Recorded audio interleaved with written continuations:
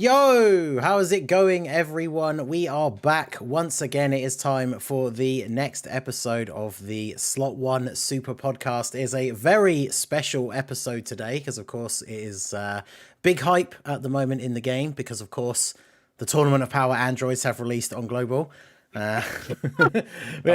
Obviously, we are here to talk about a lot of things, the anniversary mostly, and we do have a special guest. You know, it's the anniversary of the JP version, so why not bring on one of the biggest global Dokkan players in the community onto the episode? Ironic. But no, obviously you all know the homie Goresh, very well known in the community for doing translations for all the stuff when it comes out on JP. So still very, very respected and welcome resource in the community. So he is here to join us talking about everything going on the anniversary. So we'll start with you. How's it going? How are you doing today? I'm doing pretty good. I got terribly ridiculously shafted on the androids summon. No. Oh no. But who cares about that, because global, right? Yeah. Hopefully global soon catching up. So yeah, some interesting Tickets, right? Yeah, we got one or two interesting things to talk about for global, so we'll get that out of the way first. But of course, joining me and Goresh, as always, are the two other lovely co-hosts that you see every week. We have to my right in the top here, of course, Dokkan Assets, aka Theo. How's it going today, my dude? What's up, boys? How are you today? Yeah, we are all good. And then below me, of course, is the man himself, Minato. How are you doing today as well, good sir? I'm doing good, man. Persona 3 Reload came out. That's crazy. So good. We're talking about Dokkan today, right? And we are indeed talking about Dokkan today. So we will jump straight into it here. Obviously, the brief discussion about Global. The androids are out, I'm sure. As a global player, not particularly exciting. I got very lucky on my summons, so it's just a case of get them, do some initial stuff, and then just kind of move on. Goresh, you said you had quite a bad experience on the banner, I hear. yeah, it was really bad. Like actually horrible. Like I think it's probably the worst shot I've ever had on a normal Dokkan Fest banner. Oof. Yeah, that is it's one of those banners that you definitely, like, with everything that we know is coming, it's one of those banners you really want to just be able to like get the unit and then get out as quickly as possible. So it's yeah, because like when they came out on JP, I thought they were gonna lead into a Tournament of Power themed anniversary, and then when they didn't do that, I'm like I'm like super confused as to why they are designed the way they are. Yeah, exactly. Like, we're starting to see some buffs. Like, we've obviously got the STR UI Goku one that we talked about on the previous episode. We know we're going to have some ones coming up with the 6th year anniversary LRs. But yeah, it just makes the time slot for their release really awkward because they're a unit that potentially will be useful to have in your box in the future, but you kind of summon them now and you're not really going to get a huge amount of value out of them, which is disappointing. Like, imagine if like Anniversary did come out with a best unit in the game, UI Goku, and then Global got the androids at the same time, and it's like, hey, look at how good UI Goku is with the androids. You might want to get them, right? That would be smart, but they're like, no. Yeah, because the 6th year anniversary LRs, I think we talked about it last time, they won't EZA until like part 3, will they? So we won't even know until sort of like the end of the anniversary how good that future team for the androids is even going to look. Like, we assume that they'll be good, right, considering how good the EZAs have been like last year for the 5th years and stuff. But yeah, like you said, it'll be a good sort of hype package for Global if something really powerful had come out for their team for the start of the anniversary, then they drop on Global. So that kind of maybe encourages people to summon a little bit more. So unfortunately, still in that kind of dry period. Maybe Saiyan Day will be something interesting, but I guess we'll wait and see. The only other thing, of course, that came up, all we can really do is speculate, because all they gave us was one image in the news with no actual like secondary page or sublink or anything. Was, of course, the Super Dokkan ticket collection is going to start, I think it's like Wednesday, after the maintenance, I believe. No indication of what that is or how many we'll get, how long it will take until you can use them, anything like that. So obviously there's been a whole bunch of ideas potentially flying around. If we had to give a very sort of brief estimation, what would you guys think? Well, Gresh, we'll start with you, obviously being the fellow global player. What would you think that these could potentially be, given that, of course, we've got nothing to go on whatsoever? Yeah, But yeah, because it's like, I'm pretty sure like the only thing it says is literally just Super Dokkan. That's all it says. Like, what are we supposed to make of that? Yep. Yes. I'm thinking. So I think there's two options here. Number one, I think it's possible it could potentially be related to like the next level of EZA that they hinted at. Okay. I'm thinking maybe they call it Super Dokkan Awakening, and that's why they called it Super Dokkan. That's one theory. Another theory is just that, I mean, they mentioned that it is going to be related to accumulating tickets. So maybe it's going to be some, long plan where like over the course of many different celebrations, they have us accumulate a bunch of tickets. And then to get global caught up to JP, they have like a massive ticket banner at some point. And then we'll be able to finally use our tickets that we've accumulated on that banner to help us catch up with some of the units that haven't come out yet. Yeah, that's the thing. I mean, I guess obviously I'll let Minato and Theo, if you want to jump in as well with any other predictions or estimations, speculation that you could think of. But that was kind of my thinking as well, because if we're going to see some sort of like big global sync banner, it would be a good idea. I know it's going to be one of those things that it'll be sort of like a shock to the system for players to have a banner come out with so many units on it potentially to get global fully caught up. Yeah. So the idea of having tickets that, for all we know, that banner could still be 3 or 4 months away, but we'll start collecting tickets now. And if you're someone who, it obviously encourages people to log in every day. Maybe there'll be missions for like, log in. It could even be like 90 times because the banner's not going to be for 3 or 4 months, and then all these missions could accumulate you a ton of tickets for this banner that's not actually going to come out for quite some time. Because people will be, especially if the banner just drops out of nowhere with every single unit global is missing. That's obviously a big investment for people if they're after specific units. So, Minato, any other thoughts on what you think Super Dokkan could be? I mean, what you guys said, I think is a pretty good estimate of what it could be. They did announce during Battle Hour that there's going to be a global first event, and in that, like the little tab, they showed an example of an event is like a global first thing, right? They showed STRUI Goku's banner as an example, along with all the EZs that have been in the past year. So again, like Goresh said, what if they bring that like Beyond Extreme Z Awakening to global first? That could be interesting.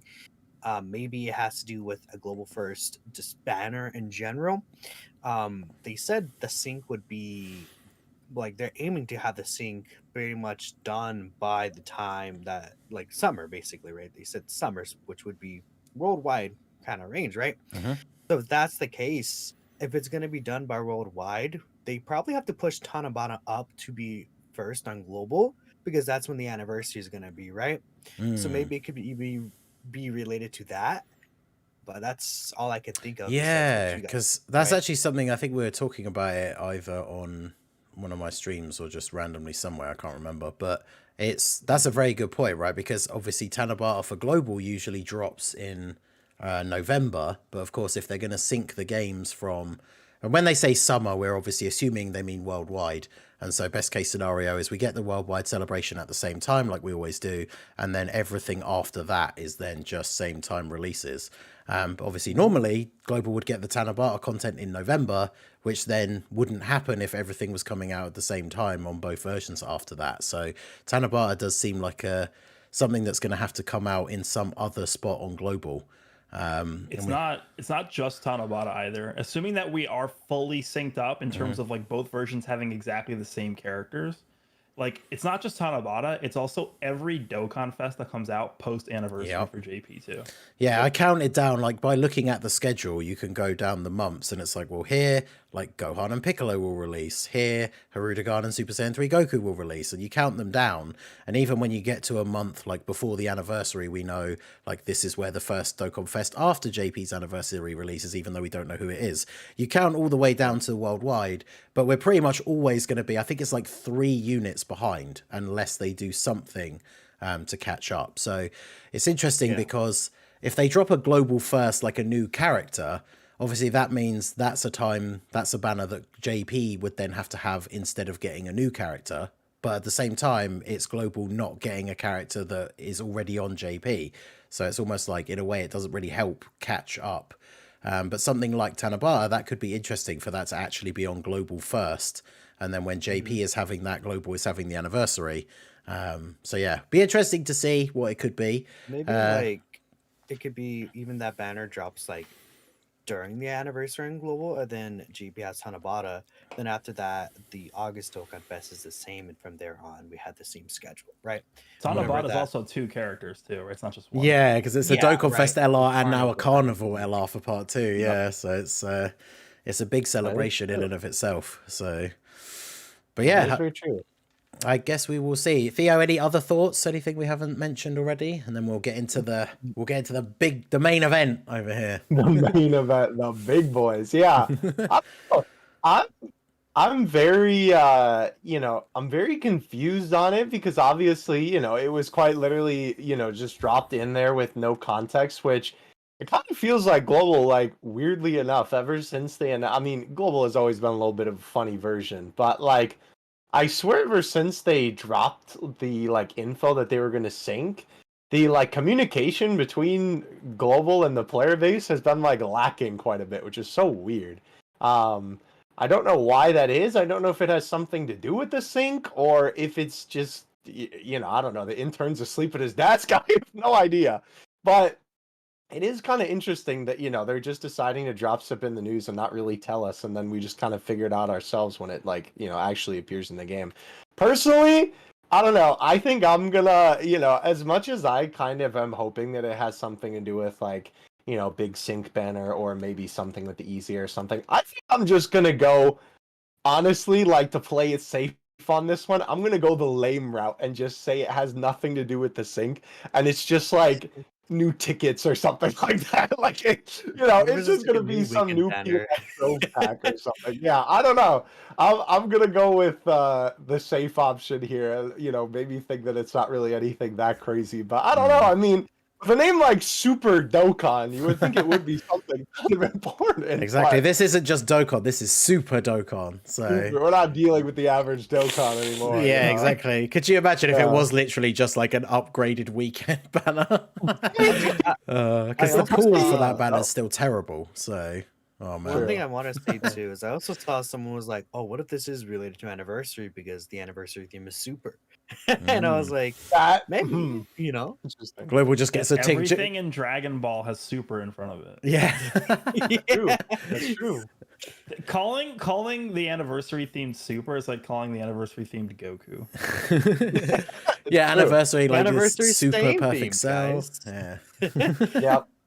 It was like it was the fact that they didn't specify because they explicitly said just Super and not Dragon Ball Super, which was really interesting. But Yeah. Yeah, there's a lot of different things that it could be. Well, Super we'll find Vegeta Part out. 2, right? We'll find out Wednesday, I guess. Obviously, the data download. One of the interesting bits of information we'll get from the data download before we even see the ticket banner itself, of course, is the ticket will have data attached to it, such as like when it's valid until. So if we see in the data that it has something like, valid until the end of July, then potentially it having something to do with a upcoming big sync banner in a few months' time maybe increases. But I guess we'll have to wait and see until that stuff is actually in game. So we'll have more to say on that on the next episode, I'm sure. So yes, sir. That basically does it for Global. Not much going on at the moment, sadly, but bright things ahead. The sync is coming, so we'll get there eventually. So before we move on to our main topic, which of course is going to be all of the anniversary stuff, just to give you guys a quick reminder, if you do want to help to support the podcast, if you have any questions, comments, any shout outs, anything like that for us, or obviously for our guest, all super chats, donations, all that stuff will all be read out at the end of the show after the Trash Takes segment. So we will go ahead and jump into the anniversary stuff here. We're just going to dive straight in. I'm going to make sure I've got the right card art ready to go. Yeah, we're not talking about you first. We're going to talk about... It's going to be this guy right here. Okay, so we are going to jump straight into our anniversary discussion with the newly released Carnival LR. And that is the LR Super Gogeta that transforms into Blue Gogeta. So we'll let our guests jump in and begin here. So I know, obviously, as one of the many people that's looked on when all this information comes out, one of the questions I guess I wanted to put to you first is, when you first were translating his details and you read what he did, what were your first impressions of this Gogeta before we even got to see him in the game. Well, I mean, they showed the animations first, Yep. so I was like, sort of like composing myself and gathering my composure after watching those animations, because the animations are insane. Same with Broly's, right? Mm-hmm. But I think in terms of like his actual abilities, the thing that I was most looking forward to seeing was obviously going to be the target focus skill that he has as Blue. Yep. And then honestly, like the other thing that I looked at as well was, obviously everybody knows that I hate great chances to super in the passive. So that's one thing. And then the other thing was how long it takes from transform. And the fact that it was not just fourth turn from the start of the fight, but it was fourth turn from his first turn. Yeah. So you can get unlucky with rotations. Like if you get him in slot 7, you're not transforming until turn 7, and you're not going to be able to use his active until turn 9. So it's, Broly has even a worse problem than Gogeta does with that, because Broly, well, we'll get to Broly later, but those are the two like sort of things I was looking at, like not super impressed with. But overall, Right. obviously, his kit is very good. I think this probably is, I would say, this guy in line with the Android 13 triple Super Saiyan unit have like ushered in offensive power creep, I would say. Yeah. And also obviously in line with Broly too also, but yeah, overall really, really crazy character. I think all the additionals, the fact that he's effective against all types, the stacking defense, like everything he's doing is very good. But there's a few nitpicks, which typically is how it works. So Yeah, and what did you think? I know as people, we like to always speculate what we're going to see from these potential things. Once they'd announced that Gogeta was going to be the Carnival LR, I know the question of his leader skill was definitely being bandied around by quite a few people. I can put my hands up, I can take my L. I was one of those people. I was like, they're not going to give him movie heroes because that team would be way too good. So what do you think about the choice for the leader skill? I mean, I would agree that Movie Heroes has a lot of leaders, but I think a lot of them are kind of older, right? Movie Heroes. Like we have the Gamma, like both the Gammas are Movie Hero leaders. I think the 7th Anniversary Gods are Movie Hero leaders. We have the Cooler Download Celebration Metal Cooler Goku and Vegeta are a Movie Hero leader. Like a lot of them are older. Actually, we do have I think, isn't Dragon Fist? Yeah, the new one? Dragon Isn't Fist he a Goku, movie I hero? think is, yeah. Yeah. Okay. So if they were going to make him a movie hero leader, we definitely didn't need this guy to be a movie hero leader. So I kind of think they could have chosen a different one. But yeah, it's definitely a strong team. I guess to be fair, at least he got that and not like time limit or something, I guess. But True. Yeah. I mean, I was kind of, with the theme of the anniversary being super, I was kind of thinking he'd just be like a superhero 200%. that would be crazy as well. That would be nuts. Yeah. So yeah, Minato, I know you've been going through your paces with this guy through the various different showcases, various different events and all that kind of stuff. So having gotten a lot of hands-on experience, what are your thoughts on Carnival LR Gogeta? I like his design a lot, right? He's able to work very smoothly on a bunch of his teams. The thing I like the most about him, I think, is the fact that he's not really like restricted by needing certain allies or anything like that. Doesn't have to be like in a certain slots. You just put him on the team, and he works as good as he does on one team, then on another. Like Super Saiyans, Power Beyond Super Saiyans, superheroes.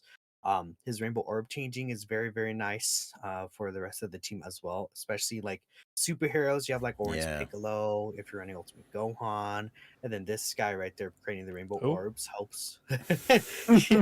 Helps those characters link together a little better, right? I think one thing I've seen about this character is I think people have been like downplaying his damage a little. He does a lot more damage than people give him credit for, and I think people don't count the super effective against all types for some Yeah. reason, which is really, really funny. And another thing I want to say regarding Blue Gogeta is I've seen a lot of people downplaying him because he can't tank attacks before he supers, even though he's a dodge character. And he's not really meant to be in slot 1 necessarily because Yeah. of how much defense he gets on super attack, right? So I just find that really funny. But this guy's incredible. He's so easy to use, so fun to use. I think, again, the one thing I maybe would say I don't like about him, again, is the transformation condition, like Goresh said, being the turn 4 from his first turn. Because it's a situation where, I get him in slot 7, so in most fights, I'm not ever seeing him go into blue, right? Yep. So that could be a little annoying, but beyond that, I do like him quite a bit. And we'll see. You know how what the part two lars are too. Maybe they'll be also really good partners for him. But incredible lure skill and everything like that. I think they did a really good job with this character, and I don't really have any other nitpicks for him that really stand out to me. He's great. Yeah, it's a shame with the transformation condition because obviously there are some units who would potentially benefit from having a like on their certain turn characters like Super Saiyan 3 Rose or Android 13 where they stack until they transform, so you kind of want them to be untransformed for a little bit until they then lose that ability, whereas this guy you don't really have any real reason to not transform him as soon as you can. Right. So then the fact that you kind of have to wait sometimes depending on where you first get him in the fight is a little bit annoying. It does have that good interaction. You don't really want to float him off because he's so good, but obviously whatever his first turn is, it means you can float him off and then when he comes back he can transform. But yeah, it just means you have to wait a few turns, which is always a little bit disappointing because you just want to get Blue Gogeta out and actually use them, right? So yeah. One good thing about that though is the fact that like when he starts getting, I don't know, aged out a little, when there's just better units you want to keep on main rotation, like I don't know, in a year or two from now or something, this guy is still gonna be a character you could just get in his first turn, you float him off, then you get Blue Gogeta. He'll still will probably be really good at that point. And with the Rainbow Orb changing, he could provide some extra utility to the team. So I do like the design and the fact that he'll probably age very, very well because of how simple he is to use. Yeah. And the fact that you could pretty easily float him off, right? So that's good. Yeah. And yeah, I like the we said about his orb changing as well. The fact that he changes orbs not physical to rainbow. Yeah. And then the fact that I love the fact that he has like he's a rainbow orb changer, and it's like if you get one rainbow orb, he does an additional super. He just gets that for free, basically, right? So that's really cool. And it's good for God Goku. I was going to say it's very helpful for him and God Goku, yeah, because it creates all those rainbow orbs. It doesn't get rid of any of the physical orbs that God Goku creates, so they work really, really well together. Theo, did you manage to pull Gogeta? I know at some point I think I saw a stone count of how far into the banner you were. So yeah, that was for Broly. Unfortunately, I'm 1,500 stones in without Broly, which is big stinky, unfortunately. But with Gogeta, I actually got him super early. I pulled him like 250 stones in, so that was pretty cool. I guess at least if I get shafted on one, I get good luck on the other. But yeah, I've actually really been enjoying using this guy quite a bit. I have been using him on like basically every new event. Like literally any excuse to just try and use him, I have been, taking it and using him on it. And he is really, really good. Basically everything that everybody said already, I think I basically agree with, right? Obviously animations are really, really good. He's super powerful. I do agree with the whole transformation thing as well. It's kind of unfortunate too. Like I know my one friend who had literally just come back to the game, who's a huge fan of Gogeta. He pulled him and he was using him, and like we were in a call and he's like, wait, it's been 4 turns, why doesn't he transform? And I was like, no, from his, not like that, buddy. Unfortunately. So I don't know, that kind of stinks. I wish it was obviously a little bit sooner, but I'm glad that it's at least like, just, I suppose it could be worse. I know that's like a terrible thing to say, honestly, but we have had units who have had worse conditions, so I guess at least it's not worse than that. But, the elephant in the room. We're looking at you, Vegito Blue, okay? Yeah. So. At least I can see Gogeta Blue, right? I have to like go out of my way, to be able to get Vegito himself. But and it is funny, I guess, just to, briefly mention it, right? It's the fact that people pointed out straight away the fact that it'd be nice to run those two together, right? The two blue fusions. But because Gogeta, once you transform with him, which is very easy to do once you get to that turn, he's then healing you for at least that turn and the next turn, which makes it even harder to get the fusion for Vegito Blue. So I know, Minato, you did a... Yeah, I know, Minato, you did a video as well. So you can kind of do a strategy where you try and take some damage early on. You got to fuse with Vegito first, and then you fuse with Gogeta and you heal back to full health. And it can work, but obviously in some of the more tricky stages that can hit you really hard straight away, like the Dismal Future Red Zone, you are playing that sort of risk of like hovering around the kind of HP level where the wrong unit takes a super. And if you're on full health, they might live, but because you're trying to dip below 77%, you then get hit with a super and you get killed. But when the strategy works, it's super fun because the two of them together on a rotation is definitely very powerful, especially if you get below 50% HP. So you fuse into Vegito Blue, use his active skill in slot 2, move him into slot 1, then have Blue Gogeta in slot 2. Vegito Blue can't be touched, fires off like 6 super attacks, then Gogeta fires off like 4 super attacks, and yeah, they're both super effective against all types, and it can be very fun. It's just, you do have to put some work into actually getting to see it, which is unfortunate. Again, being fair, the thing is that unless you float Gogeta off, he transforms at turn 5 anyways with the active skill. Yep. So you could just, again, get Vegito out and then get Gogeta out. It's honestly, I don't know. For me personally, I haven't had as much of an issue to get Vegito out in general than other people. I don't know. Maybe I'm just really lucky. But I like that. The one funny thing is that if you're running Vegito's team, what could happen is that you transform with the first Vegito, then you transform to Gogeta. And then if you don't kill that turn, you get to the next rotation with the other Vegito, and he can't fuse because you're above 70%. Now, right? Yeah, that was one of the issues that I found when I tried out that team build for the first time. It's like, oh wait, I'm gonna have to delay like this rotation because I need the other Vegito on the opposite rotation to fuse first and still stay below the HP threshold.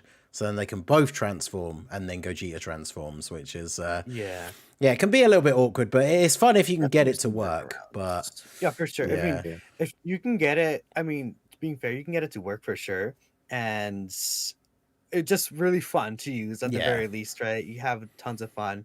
You could probably just like one turn Fusions of Masu anyways with that rotation. Well, I think it wasn't until I tried out these guys on their teams. Like I don't think I'd one turned in Fusions of Masu before. I'd never like tried to, but just casually, because on Gogeta's team, especially if you get a rotation with like God Goku on turn 1, who obviously is a very powerful physical unit, they share a bunch of links together.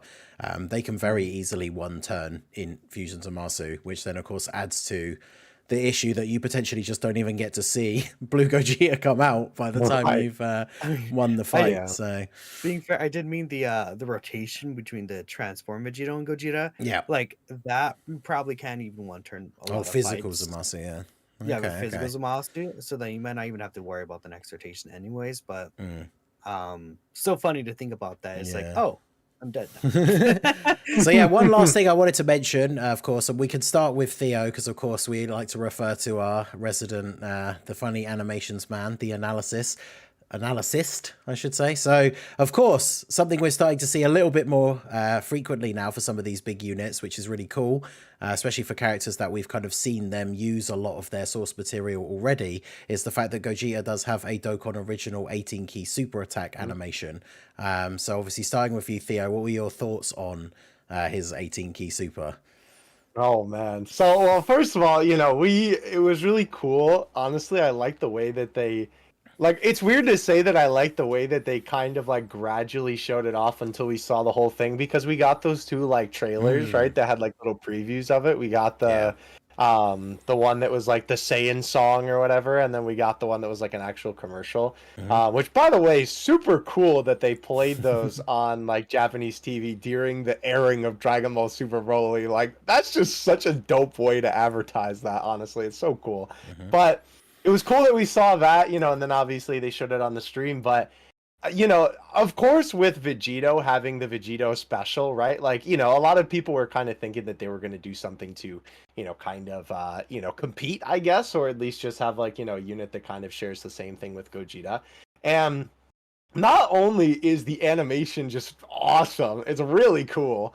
I absolutely adore the like creativity that they had in mind when it came to obviously combining the Gallic Gun and the Kamehameha, like that, Goku and Vegeta do in the movie, into one attack that then Gogeta does. I was like, dude, whoever in the studio was cooking that day, please let them do more, because they were doing so good. So yeah, I don't know. I love like the, the concept behind it. I love the creativity. The animation as well, obviously itself, is very, very good. Yeah, it was cool to see. I hope that Dokkan does do more like Dokkan original stuff for sure. Obviously, that is a great way for them to give more animations to either a unit, of like a character like Gogeta, who obviously has so many iterations in the game already. It's weird to say because it really doesn't feel like a lot. But like in terms of Dragon Ball Super Broly, they've covered most of, like his major attacks in the movie in Dokkan up until this point. So, that's a great way for, of course, them to do it. And hey, I gotta bring it up every time, being a Gohan Beast fan. Listen, bro. I knew that was coming. Yeah. Can we see the Dokkan original animations for him for part 2? Yeah. A big thing for me is, I think obviously the 18 key animation is important, but with how many times these characters are doing additionals, I think the 12 key animation is like much more important than the 18 key is, at least in terms of like how fluid it looks and stuff like that. And I would say that if we're gonna compare Blue Vegito to Gogeta, Gogeta's 12 key looks like 5 times better than Vegeta's. Oh yeah, I'm not a fan of Vegeta's 12 I key. am not either. I hate it. I hate it. Have you seen that KO screen, dude? Yeah, the 12 key KO screen. Yeah, I really love good. that the 12 key has a KO screen, because at this point it's like you're doing like 4, right? So many additionals, you get it more. 3 additional supers, right? So you're gonna get that more often, and seeing that at the end of a boss fight is just so sick. Yeah, I really like that they've gone that route, because if you think back to like older LRs and when they first started releasing, like the 18 key super was always like the best one, whereas obviously now we are getting characters that do so many additionals. The 18 key super, I really like it. Like Theo said, I like the way they kind of teased it with the trailers, because obviously that's starting like the pose where he's like this with the 2 things and then like pulls them together. Like that's super cool. But when I saw the 12 key super, obviously, like the combo looks really good, but that final punch with all of the effects and the way the ground like explodes around them, so it looks so good. And obviously, we'll talk about Broly's one as well, because his is fantastic. But yeah, very, very good animations, very good unit. Definitely, we give this a thumbs up, I assume, across the board for Anniversary Part 1 character. So that, of course, leads us on to his counterpart, being the Dokkan Fest exclusive, which is the LR AGL Dokkan Fest Broly that transforms into full power Broly. So again, Goresh, reading this guy's details, translating him when he dropped, what were your thoughts? Finally, an extreme unit that is rising to the top, shall we say. So what do you think? Yeah, I mean, this is kind of the character I was predicting for Saiyan Day. I think you know that I was predicting that. So I was, mixed feelings about them giving us a Broly for the anniversary, but I actually do really like the fact that they did go back to giving us extreme characters for anniversary. So I hope this means that we are going to get a second extreme character, potentially name begins with a C, for part 2. We'll see. L Max.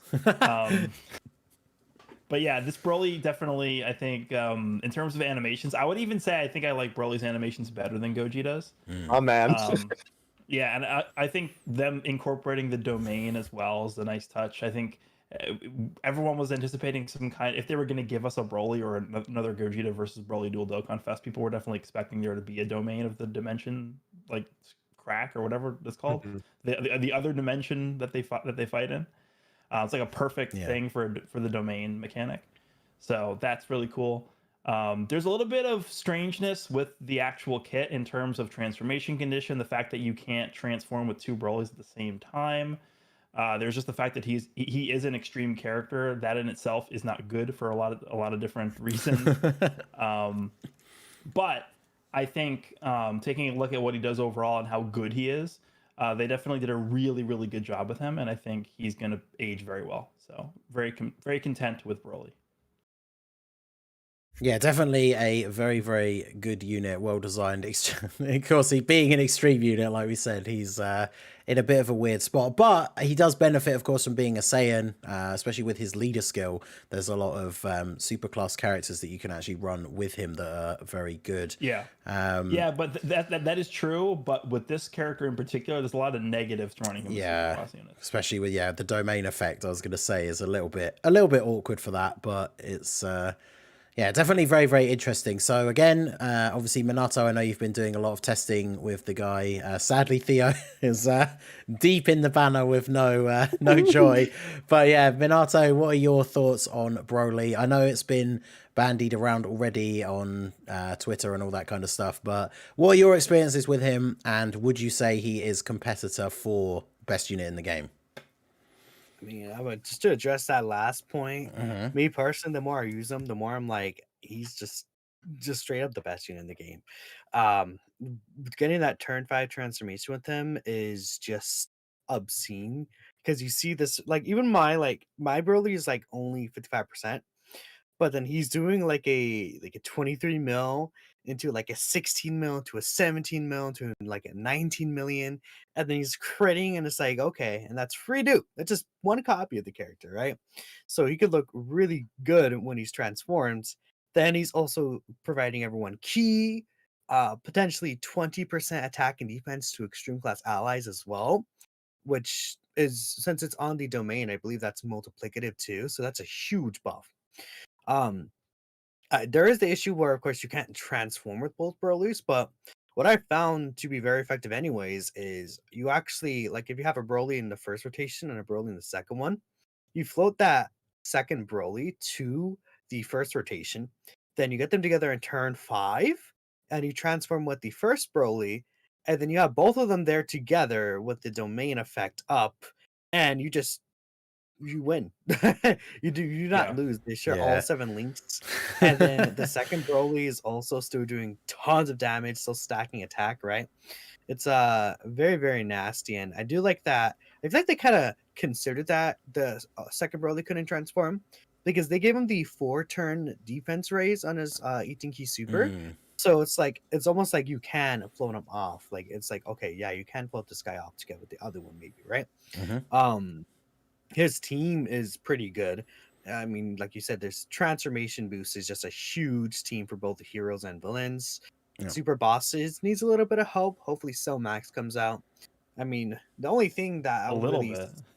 Yeah, we got some good easy A's for that. I was gonna say it's funny because one of the easy A's that we'll talk about soon is definitely a big buff to that team already. But yeah, that's it needs a bit more work, but we'll get there. I mean, we'll see how it looks at the end of the anniversary, right? I mean, yeah. The one issue with that double Broly rotation is just the fact that the untransformed Broly, his entrance animation buff wears out. I think it's like 4 turns in or whatever it is. Yeah. And that's the other rotation too. Like the rotation that's not double Broly. Like, what do you run for that? I think the one because what I do is I run Zamasu's, the Angel Zamasu. Yeah, right. Yeah. And then we have the new Golden Frieza as well, right? You know, so he could help set things up. And that actually ends up working pretty well, the double Zamasu rotation, because he also gets that 20% attack and defense buff from Broly's domain. And even though the first Broly's, like, you know, the Broly that you float off, his entrance animation would run out. The thing is, he still, actually, no, on that turn specifically, he'll still have his entrance animation because it's 4 turns.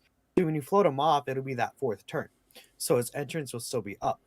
But even after it runs out, you're still getting the support from the domain effect, which is giving the 20% multiplicative stats at least, and the 4 key. Not as big as the intro, but still, it works out pretty well. Yeah, I saw you're not running the rotation of EZA Jiren and LR Jiren. Yeah, I saw your you're an EZA? What? So I saw your team build that you'd said about using that Broly, because I was like a lot of people when I did the initial showcase when the data download hit, and people weren't really sure from what we'd seen originally in the files. When you realized that you couldn't transform both, I was a little bit disappointed. And I saw your tweet about, like, you know, getting them both together, having the double Zamasu rotation. So I tried it out for a run against, I think it was Omega. And oh boy, I getting to that final turn where you get him to transform. I think I literally called the video as like, this is where he looks like number 1, right? Because I've seen someone else actually hit me up with a tweet. I retweeted it, a clip of basically the same turn, but with a support unit in slot 3. So I'll use the numbers from their one, but it's like Rainbow level 10 Link's Broly transformed into full power with the untransformed Broly next to him for all the links. Obviously, the domain's up for the buff. And then the new Golden Frieza that we'll obviously talk about in a moment, who gives 60% attack support. So this Broly, it's like 36 million attack stat. And then he starts dropping like additionals that are doing like 22, 23. Like, it's absolutely insane. Like, he easily does like over 100 million attack stat worth of damage in that turn, which is just insane. So and yeah, the like second Broly is still gonna do like 25 million. Yeah. And it's all that with like over a 50% chance to crit too. It's not Yep. just the raw. Yeah. Like if you just think about that, and you think about Tanabata, that was how 7 months ago. Super Saiyan 4 Goku fully transformed is doing like 20 guaranteed crit, and then that's it, one attack. Like it's insane if you think about the difference. And this guy also has damage reduction before he attacks the domain up, the full power Broly. He also gets that multiplicative defense when he receives the attack. So it works like Fusion Zamasu, I believe, where it activates before the hit actually goes through. So then you see him start of turn, he's at like, I don't know, let's say where he's at 500k defense. He gets that 50% buff that'll actually shoot him up to like 750k because of how the math actually does work out. So you just see him shoot up to like 750k defense with the damage reduction and a guard. Then after he starts super attacking, and it's like he's well over 1 million after that. Yep. So he's basically invincible in slot 1 while he's doing arguably the most damage in the game. Yeah, and he's supporting. insane. Like, what a stupid character. Right now, it's not that important, but don't forget also he is AoEing as well. Yeah, It's funny because it's funny because we also, when we saw the data, I was like, why would you need to do an AoE on turn 5? But then funnily enough, one of the events where I tried them out, I know it's one of those things where you're not always going to revisit some of these red zone stages, especially if they're not the final stage.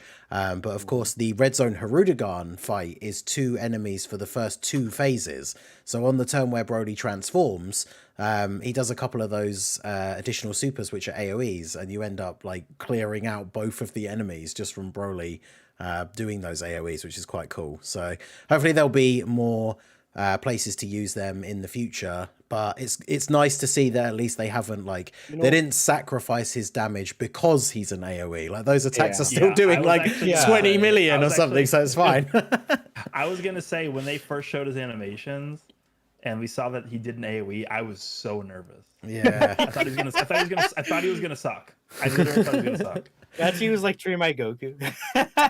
But yeah, could you? So yeah, we obviously talked about it a little bit for Gogeta, but going to his animations, of course. Obviously, he has the intro, which has the transformation, which looks absolutely fantastic. One of the things I wanted to say before we throw it over to Theo, obviously, because sadly, as we said, I don't want to keep mentioning him. I didn't pull the unit, but we can talk about the animations at least.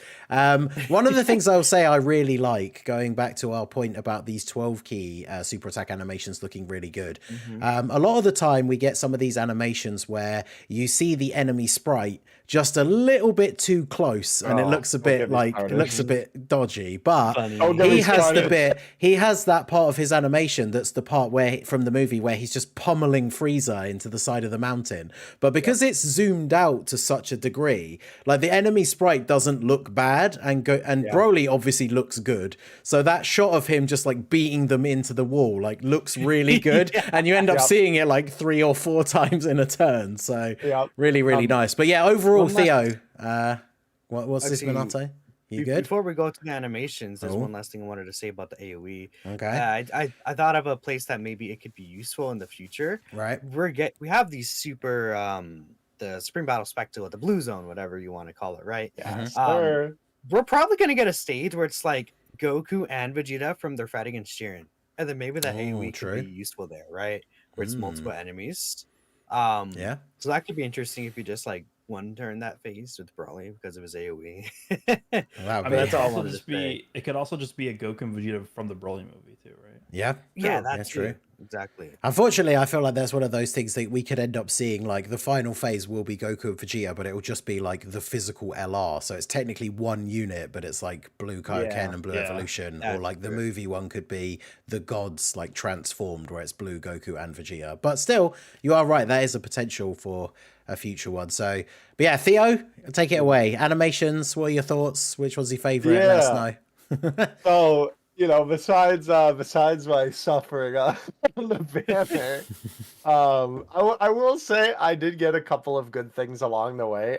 At least when it comes to summons, and I don't get the main unit, I'm a little bit more content actually getting some stuff along the way. So that was good. I rainbowed the Z boys. I got a dupe of Zamasu, so that was cool. I got a bunch of unfeatured. I somehow never had Chilai. I didn't even realize that, but I apparently didn't have Int Chilai, so I got her on this banner and a dupe. Funny enough, so that was cool. She's a villain. Yeah, right. She's not even on the team. Bosses? No, So yeah, Lemmo, of course. He's a big bad boss fight.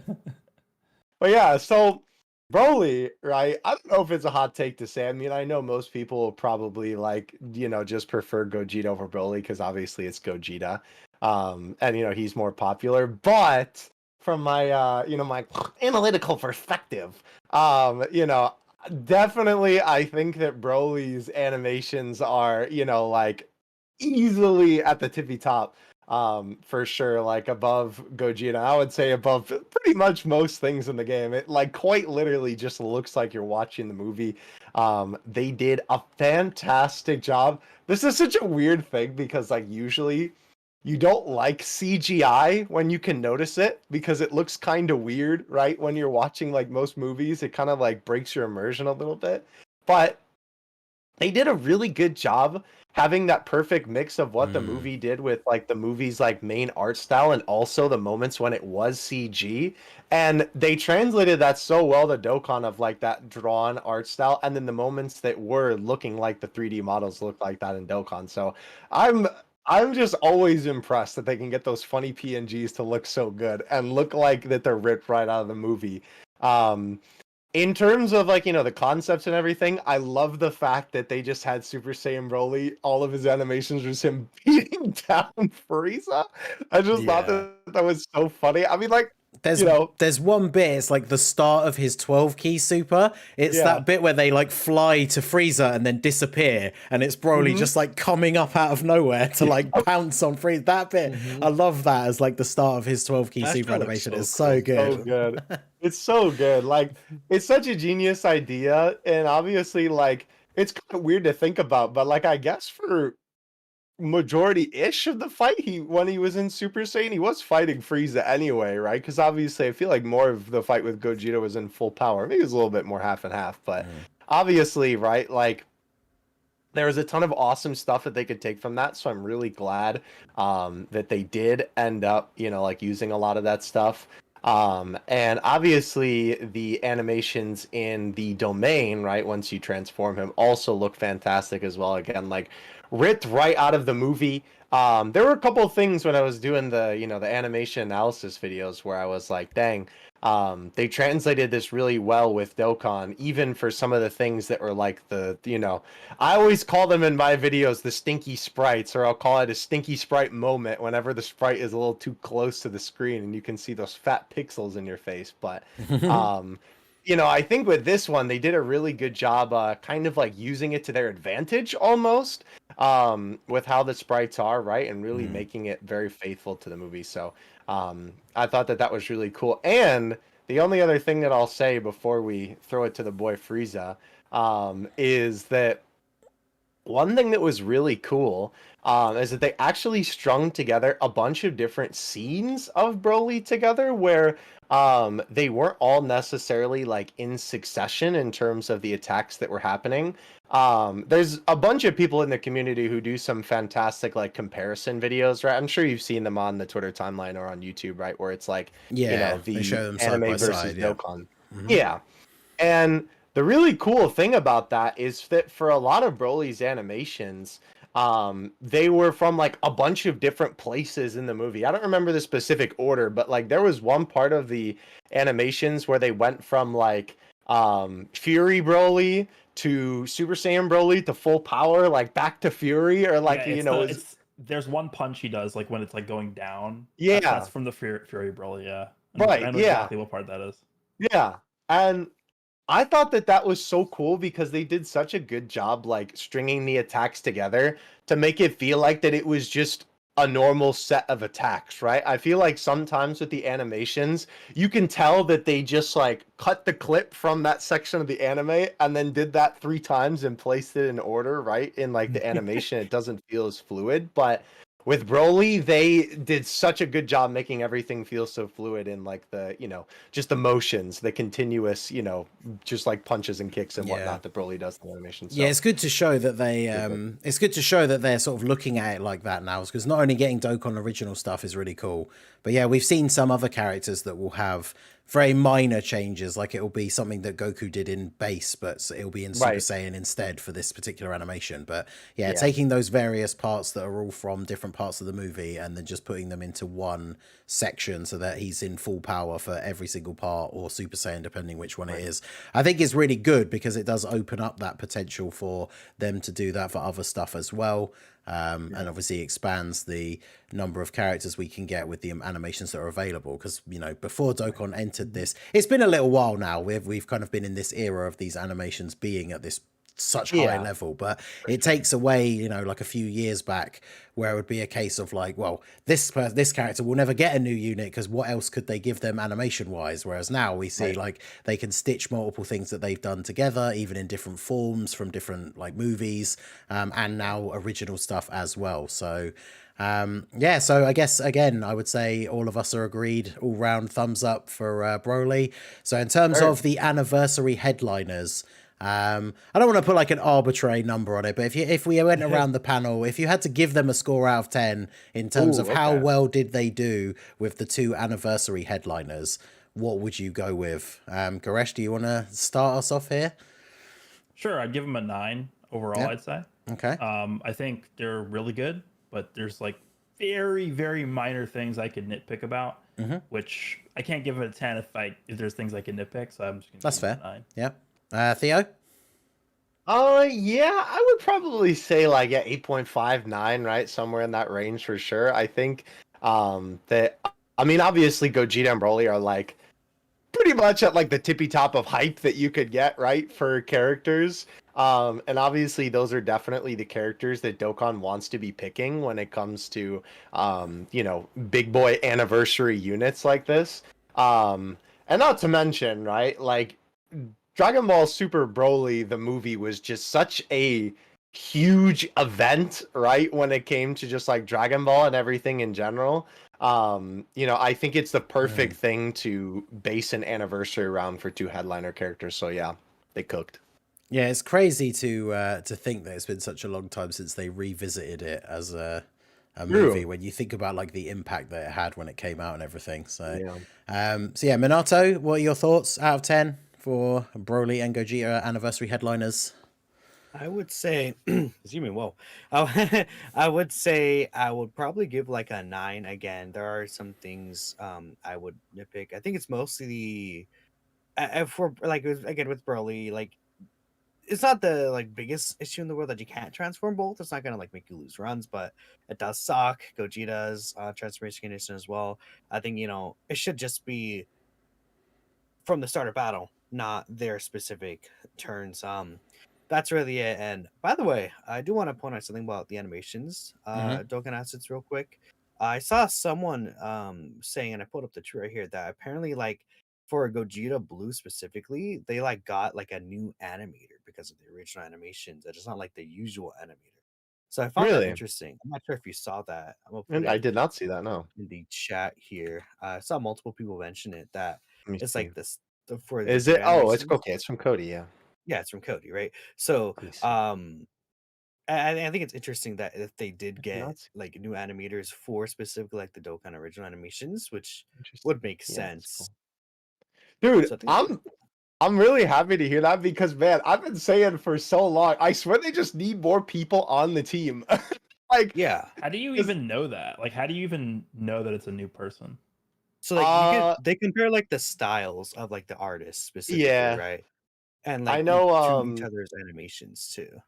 Cody is quite a big I don't know what I don't mean nerd in an offensive way because nerd is a good thing in this context, but like Cody's a huge nerd for this type of thing. So I think he just, looks into it quite a bit and analyzes it in his own way.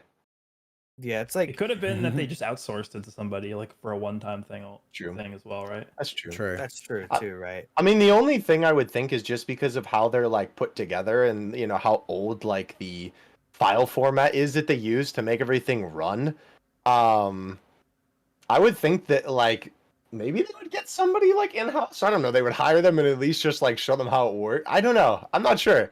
I mean, to be fair, for these animations, when you looked at the assets of the actual super attacks, they did I guess you would call it a technique where it's basically just like a slideshow, right? Like instead of sometimes with the animations where it's like, a bunch of pieces of the character put together, it's basically just like a rapid, which I mean is literally what a video is a rapid fire slideshow. But like in the context of Dokkan, they really only do that when it's for these like really big units, and for these units that have really good animations.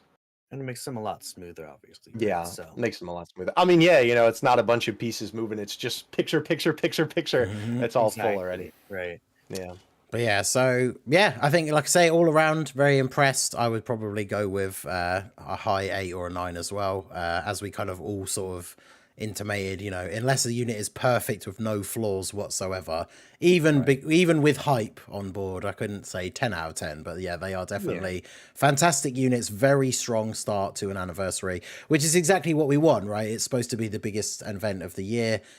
Both the part 1 units, incredibly good, great animation, good production quality. That's what we want to see from these units. But it's not just them, of course. As we already mentioned, Broly, being a Dokkan Fest exclusive, has a side banner unit. So who better to have on the episode to talk about a new Frieza unit? So the Int Golden Frieza, the side banner unit for Broly. Already seen people saying that he is potentially the best banner unit in the game. Even a lot of people suggesting he would be quite high on a general TUR tier list as well. So Goresh, what are your thoughts on Int Golden Frieza? Yeah, so they actually didn't tweet this guy's details. I don't think they ever did. I still don't think they did. They tweeted. I don't think they ever tweeted him. So like we didn't know what he did until the data download actually happened. And I actually I read his details and then I had to read it again just to make sure I wasn't missing something. That's how ridiculous he is. And the thing I liked what they did with this I think actually this might sound crazy, but I actually think I like his design the best out of the 3 new characters. And the reason why is because they recognize that the super bosses team is not going to link well. And the way to alleviate the problems with the team is to make one character that you can just put on the team that will solve a lot of the problems. And that's going to be this Frieza's role. It is, if you are somebody who wants to run the super bosses team and you are summoning for Broly, even if you pull Broly, I would recommend that you summon until you pull Frieza, because he's gonna make your team so much better. He's pretty much everything you could want out of a support character. And when super bosses gets more buffs down the line, either if you get a new Jiren or a Cell Max or I don't know, a new hit or something like that, or a new Zamasu, you're always gonna be wanting to run this Frieza. And I think this is a character I legitimately would give a 10 out of 10 to in terms of design. And that's not just because I'm biased. He actually is that good. Yeah, he's a very, very strong character. Obviously, we said before, talking about the different strategies for Broly's team, potentially floating Broly's around so you can get them both together post-transformation. And this guy really helps with that, with the fact that he can be such a good slot 1 unit. You can also use him as a floating support unit if you want to as well. He does have the I think one thing I really like about him, so I've got to bring this up on here even though it's very much a me issue. I did my showcase for him and I was talking about his potential best hidden potential build, and being a unit that you would run primarily as a defensive character, he can definitely be a slot 1 anchor for the team, or he could be a slot 3 floating support unit. It feels like a character with the way his passive is designed, that he's very much, shout out to our boy Truth, but very much a full dodge character, because when his passive procs, he gets guaranteed crits. And he's not on the team to be a damage dealing character. And one of the things that I like about the way his passive is designed is he triggers that ability that gives him the additional attack and defense as well as the guaranteed crit if he gets hit or dodges. So it's literally like right there in his design. And one of the things I really like about that is kind of like what Minato was saying about Gogeta. If we get like a year or two down the line where he's starting to take a lot of damage from newer bosses, he still has that potential to just dodge, still trigger his passive, and then have the potential to be very good. I think the only thing about him that is very unlikely to happen because it's such a small restriction, but I have had one instance where I think it was like his second or third appearance. After the first turn that he's on, you have to pick up 3 orbs for him to get his damage reduction. And it was just such terrible RNG for that turn that I literally couldn't pick up 3 orbs for him. And so obviously on that turn, he doesn't look as good. But I mean, it's very rare that you're not going to be able to get 3 orbs. But unfortunately, that is a situation that can arise. But otherwise, I think he is definitely very, very strong. Minato, what are your thoughts on Int Golden Frieza? I mean, he's just kind of incredible. Turn 1, he's invincible. He's pretty much just an upgraded version of the LR, except he also is supporting, right? He's like also instantly built up as well. He's perfect for the Super Bosses team. I think he's literally exactly what that team needed, because what other support unit is there for Super Bosses? There's like literally no other support character that you would actually run. Well, besides the Broly trio now, right? But we haven't talked about them just yet. And when he released them, were actually out, of course, with their EZA. But this is actually, like, of all the characters there, he's the one I probably have like the least complaints about, honestly. There's not really anything I would say that like bothers me about his design. I've even seen people use the SSR version of this character, which is really funny because he still does have 50% reduction, and then it goes down from 40 to 30%. He's still supporting. So it's like the SSR version is like still like if you float him around, you can still be okay with dupes in him, which I find quite interesting actually. His animations, as by the way, well, I'm sure Theo will bring it up, but his animations also really, really, really good. So all around, I'm very impressed with this guy. And if you're also running someone like, I don't know, Gogeta on the team, who's a Rainbow Orb Changer, getting the 3 key spheres is like not really an issue ever. So that's at least a good thing. You just want to keep in mind that the first turn he doesn't need to get 3 key spheres, but from there on after, on his second appearance on forward, he does still need to get 3 key spheres. So you want to be careful with that, so he doesn't like just have the 20% reduction with this Super Bosses category outline. That's really it. Where was this guy for GT bosses? Right? Ice and over, right? Yeah. Yeah. You're wrong. I mean, if GT bosses got a character like this, that just would be so helpful. Like, imagine a Sin Shenron that is just the same kit as this Frieza. That would be gas. That would be I'm so not gonna good. lie. I mean, surely they must have some GT thing, scheduled out for the year. Surely they must be getting some support, right? I mean, What do you mean? We got Carnival LR Omega.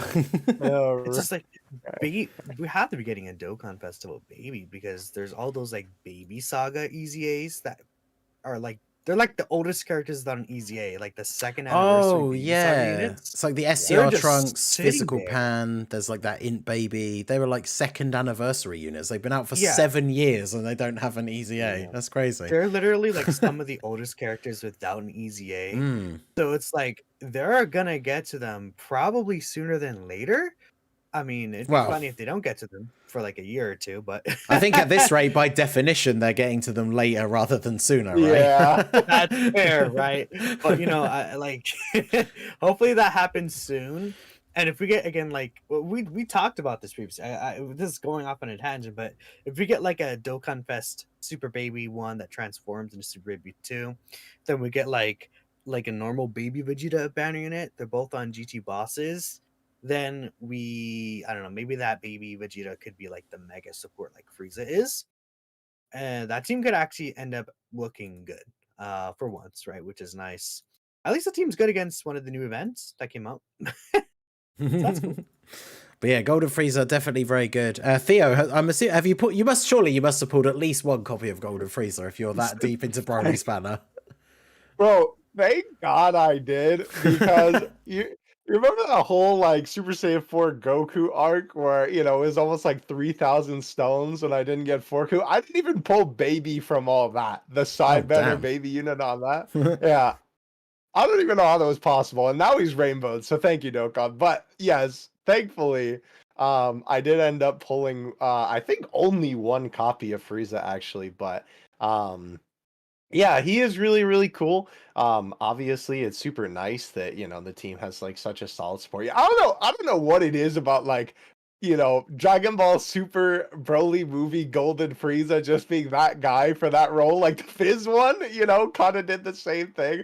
And surely, it's, I don't know, someone at Bandai really likes Frieza, but yeah, in terms of the animations, obviously very, very cool. I like that they did the whole like kind of combination of two different scenes, mainly where they did the one of like him coming out of the golden aura of like the fire, and obviously the reference to the end of the movie, right when he is about to shoot the ship down of Chilai and Lemo escaping. I thought that's cool because I always love when Dokkan does a version of an attack where like the character didn't win or like didn't launch the attack in like the source material, but then in Dokkan they're like, no, we're gonna make it an actual attack and have it hit the enemy. So yeah, because I like the fact it's not what we would classify as like a proper KO screen, but obviously like the screen you get if he does KO the enemy, it's obviously that awesome pose with him doing the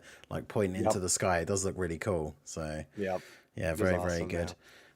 So yeah, definitely overall very, very good banners. So I guess before we move on to the stuff that we have seen coming in the data downloads for today, that will be coming out, I believe Monday. It's like Monday morning for me, and late Sunday evening, depending on where you are in the US. There's going to be some easy A's. We will talk about those. But for a moment here, we'll talk about some of the anniversary content, because one of the things obviously we often talk about whenever any new celebration starts on Dokkan is just, new units are nice to get, but it's like how much stuff is there to do with the new units. And it seems like, anniversary is always a step above these other celebrations, but it seems like there's definitely a whole bunch of stuff to do in the game at the moment. Starting off with obviously 2 new red zone stages for that Movie Bosses 2 red zone that gave us the Golden Frieza and the Beerus stages. So Theo, have you had a chance to play the stages yet? And dude, I can't believe it. Yes, I have, Ningen. I prepared. You did it. Let's go. Thank God, bro. The only other time that I swear I was ready for this question, we didn't talk about it on that one.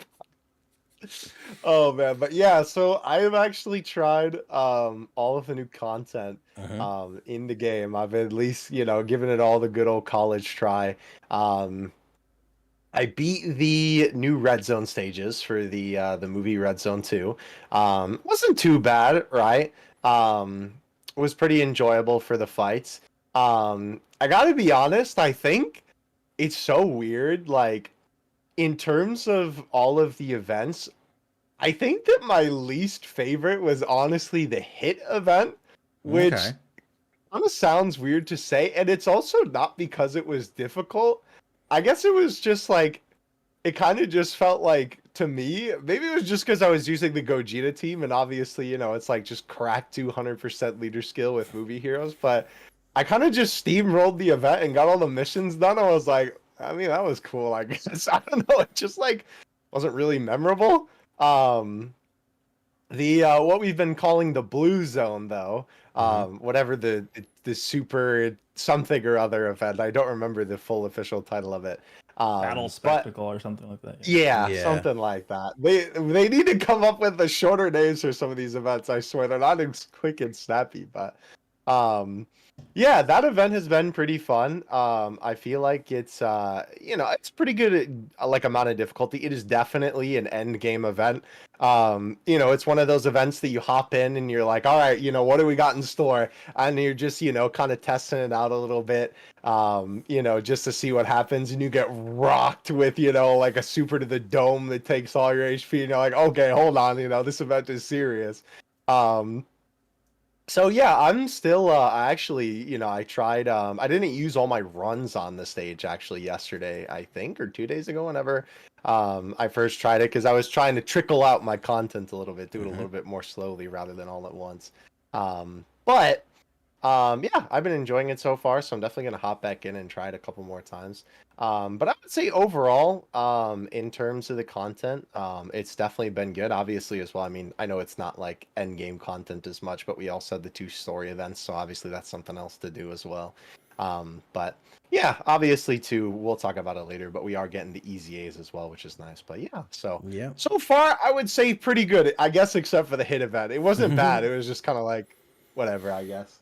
So yeah, I wanted to obviously we'll throw it over to Minato, because I think you've done it all. I think have you done videos on all the new content at this point? So I know you have a lot of experience. But just to throw it over to Goresh, obviously as a global player, how much have you seen from sort of like the content of what these new stages are? What are your thoughts on what we're getting? Because obviously one of the big things that people are talking about and is very exciting is we are now finally starting to get some sort of quote unquote end game content with super class characters, which obviously does help a lot of units that have been sort of waiting for that kind of content. So what are your thoughts on what you have seen from the anniversary content so far?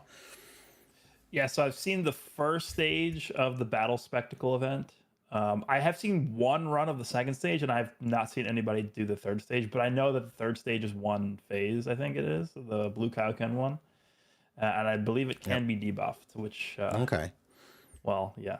But I think the thing the thing to look forward to, I would say, about like this new Battle Spectacle event is how frequently are we going to get new stages for this? Because we've had difficult events in the past that were brand new events and they just never get updated. So I think that's going to be something that we should look at moving forward.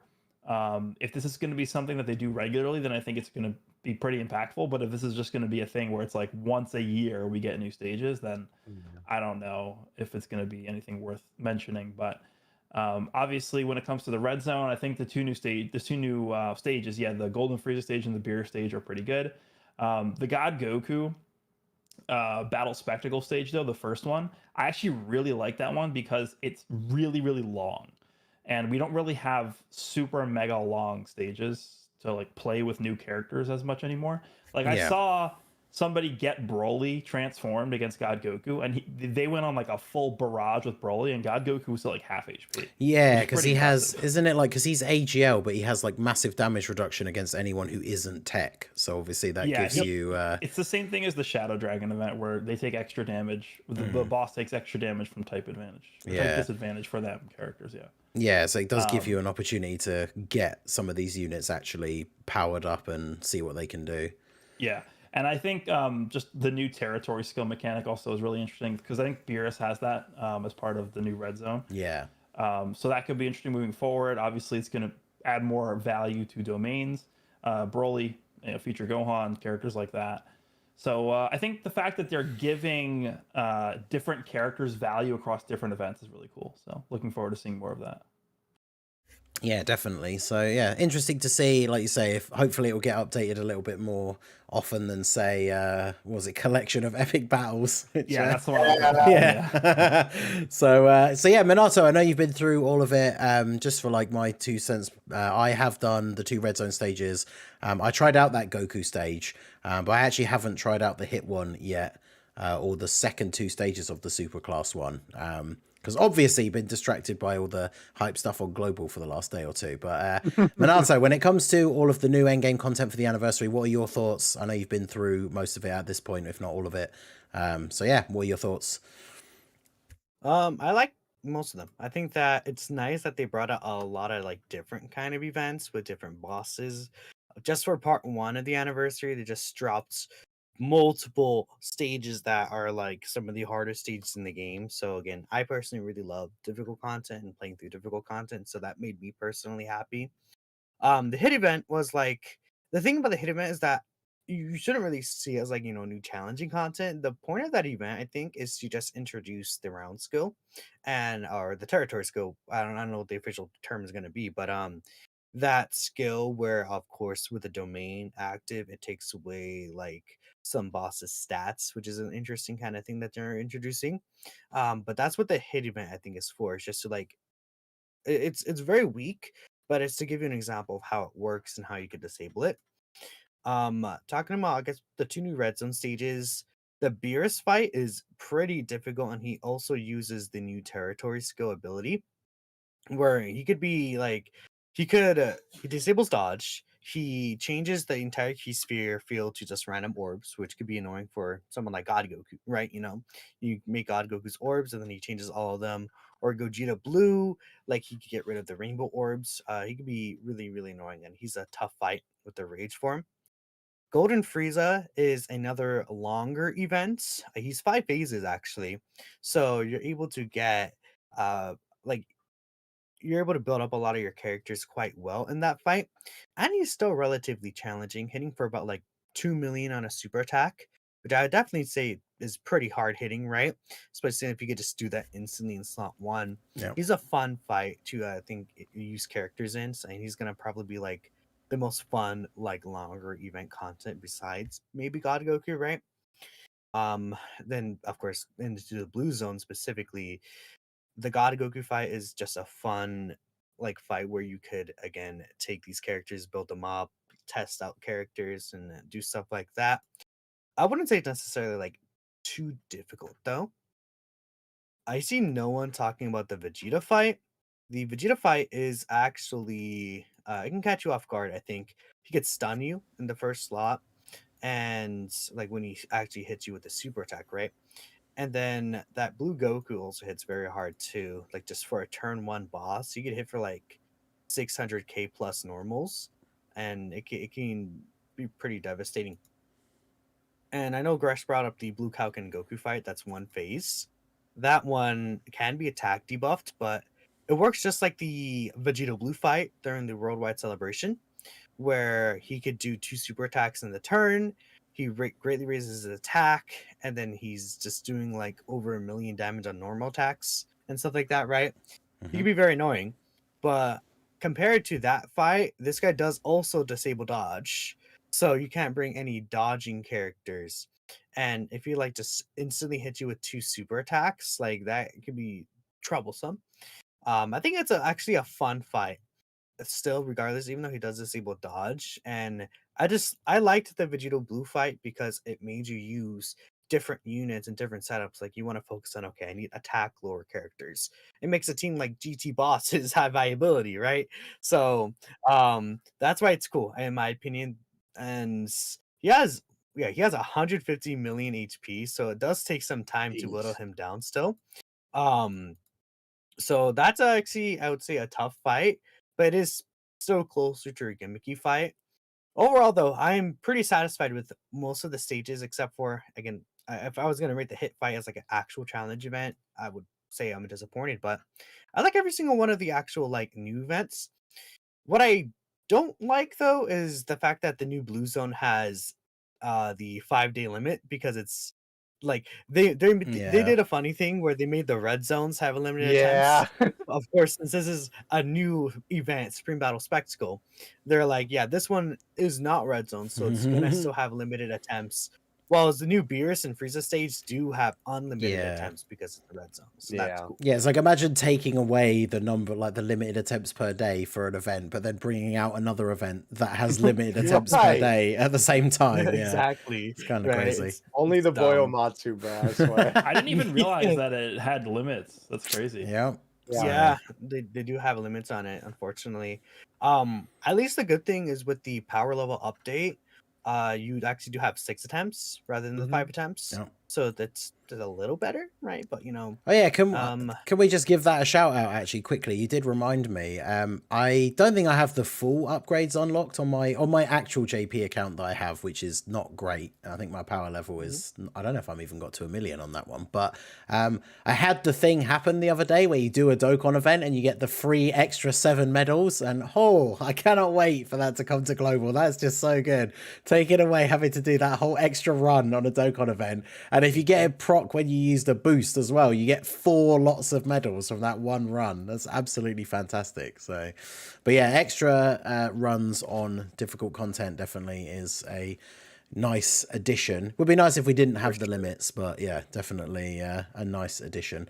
So something's better than nothing, right? Exactly. So yeah, pretty good amount of content to start us off with the anniversary. I just like the fact that, because sometimes we get these events and it's like the anniversary where they introduce the red zone, you get like the first 2 stages and that's it, and then kind of we got the new one sort of in the celebration just before the anniversary. Then we got 2 new stages, well, the 2 final stages for that, but they also started releasing some other stuff as well that we'll potentially see new stages for. There's already something in the data as well, which I didn't get the details up for, but we could potentially mention at the end after the EZAs, where there's like a new event that we don't know how hard that's going to be, but is like a versus Gogeta and Broly kind of thing. So more stuff on the horizon, of course, to look forward to. And the first... Are they going to add a 9th anniversary stage to the anniversary event? I'm not sure. I saw someone tweet about the skill orbs being in the files, maybe. But so I guess we could talk about the event real quick. I'll just bring it up because they already bring a new event. It's called like Dragon Ball Super Movie Memorial or whatever, like for the Super movies, which I wonder where Part 2 is going to be, right? But they do have a stage for against where you fight Gogeta and Broly, but it only gives Gogeta special skill orbs, like those anniversary ones. So I'm assuming what's going to happen is the Carnival LRs are going to get these skill orbs there. Yep. Yeah. And then the Dokkan Fest are going to get the skill orbs in the anniversary event that will be updated. Yeah. Which makes sense to me. They're just waiting for Dokkan Fest. Obviously, that's how it worked last year for all the years before, because obviously every year before that was a dual Dokkan Fest, whereas now it's Dokkan Fest in Part 1, Dokkan Fest in Part 2.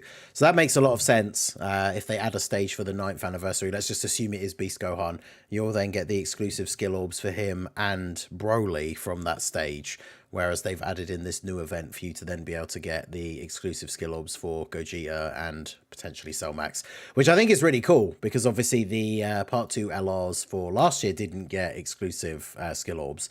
So that's definitely a cool addition to be part of that new mechanic as well, or new event. So definitely a lot more stuff to look forward to. And of course, as we already mentioned, one of those things that we know that we have to look forward to that will be dropping on Monday morning is the first major EZAs of the celebration. Because obviously, technically, UI Goku was part of the countdown.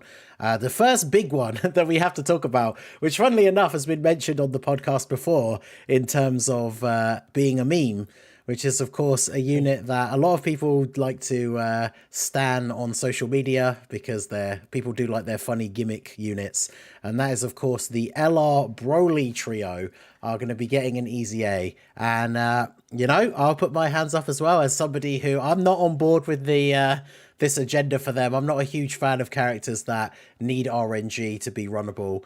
But hey, whilst I still stand by everything I said about them pre-EZA, their EZA seems incredible to me. I've done I tried them out on the private server.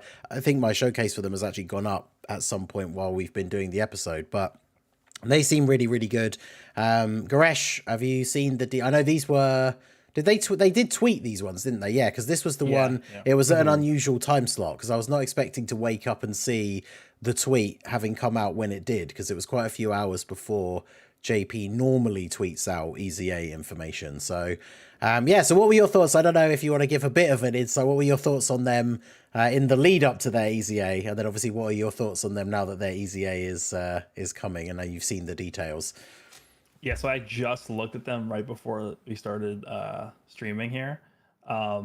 So this is a character that, like, their base kit has a very, very, very broken mechanic, obviously. Guaranteed dodge is very, very broken. So whenever we have a mechanic like that, whenever these games have mechanics like that, and those characters are in line to get some kind of buff, I always just anticipate that those buffs are going to be very minimal, because of how easily they can just be pushed over the top with a mechanic like guaranteed dodge, or like, like super high damage reduction characters like AGO Golden Frieza has, or like, like Tech Khalifa's guaranteed dodge, stuff like that. Yeah. So I actually wasn't anticipating this character to get like that much of a buff from the EZA. So I was really impressed to see that they gave them a lot of stuff. Like I did not anticipate them getting Rainbow Orb changing. They have that new mechanic now where like they get the entire field changed to physical orbs if they're below a certain amount of HP. They have dodge just built in normally, which I don't think they had. I think they have a high chance now, just like baseline. Yep. They're supporting just from getting, I think it's just one Rainbow Orb. They're supporting. So there's a lot of stuff that they're doing that they didn't do prior to their EZA that I wasn't expecting them to do. They're also getting like massive attack and defense on their 18 key and stuff like that. So there's a lot of stuff that they're doing. Like this character seems insane, and I just don't see why you wouldn't auto include them in every single Super Bosses team that you make. Like it's just a no-brainer inclusion for me. Yeah, the thing that I like about them is they fixed essentially all the issues that I had with them before, which is if you don't get 7 orbs in difficult content, they're just going to get you killed potentially. Whereas obviously you're running the risk that it's like, yeah, if you do get your 7 orbs, they can't be touched. And obviously one of the old strategies for certain teams was to run them with someone like Chilai, who has a scouter. She could show you where the super attack is, then you put them there, you get 7 orbs and they dodge the super attack. Whereas now, even if you can't get the 7 orbs, you have the built-in 50% chance to dodge. I've forgotten the thing that gives them, it's 24 key. If you get 24 key, you get a guaranteed additional super, but they get 2 extra key per key sphere obtained. And then if they're picking up the different colored orbs that give the different buffs, they're also giving extra key with those orbs as well. So I think I had a rotation where they went from having the start of the turn 6 key because they didn't have any key links with anyone, and I think I only picked up, it was like 4 orbs and a rainbow orb, and they had 24 key. So then not only are they massively raising on their 18 key, they get a guaranteed additional super, which is greatly raising, and then they have a 50% chance to dodge as well. So even if you don't get the 7 orbs, they're still really, really good. And yeah, throwing in that whole just 1 rainbow orb gives all allies 15% attack and defense, which then adds on to whatever other orbs you've picked up for them. They end up giving something like, if you've picked up the orbs for the attack, it's like 54% attack plus 15% defense and key. They just seem incredibly good. So Minato, I know you've tested them out as well. What are your thoughts on their EZA? I like them quite a lot, right? I would say the main thing is that with the 7 orbs, obviously it's still gonna be a little inconsistent to get that off, but I do like that they provided you an alternative route with the high chance to dodge. I mean, like it's a 9-day difference. Like if they didn't give them the high chance to dodge, then there would be a pretty big issue. But because they do have that high chance to dodge, there is like you still are able to be safe with them, even though you won't be able to put them in slot 1. You could definitely run them as a slot 2 or 3 unit.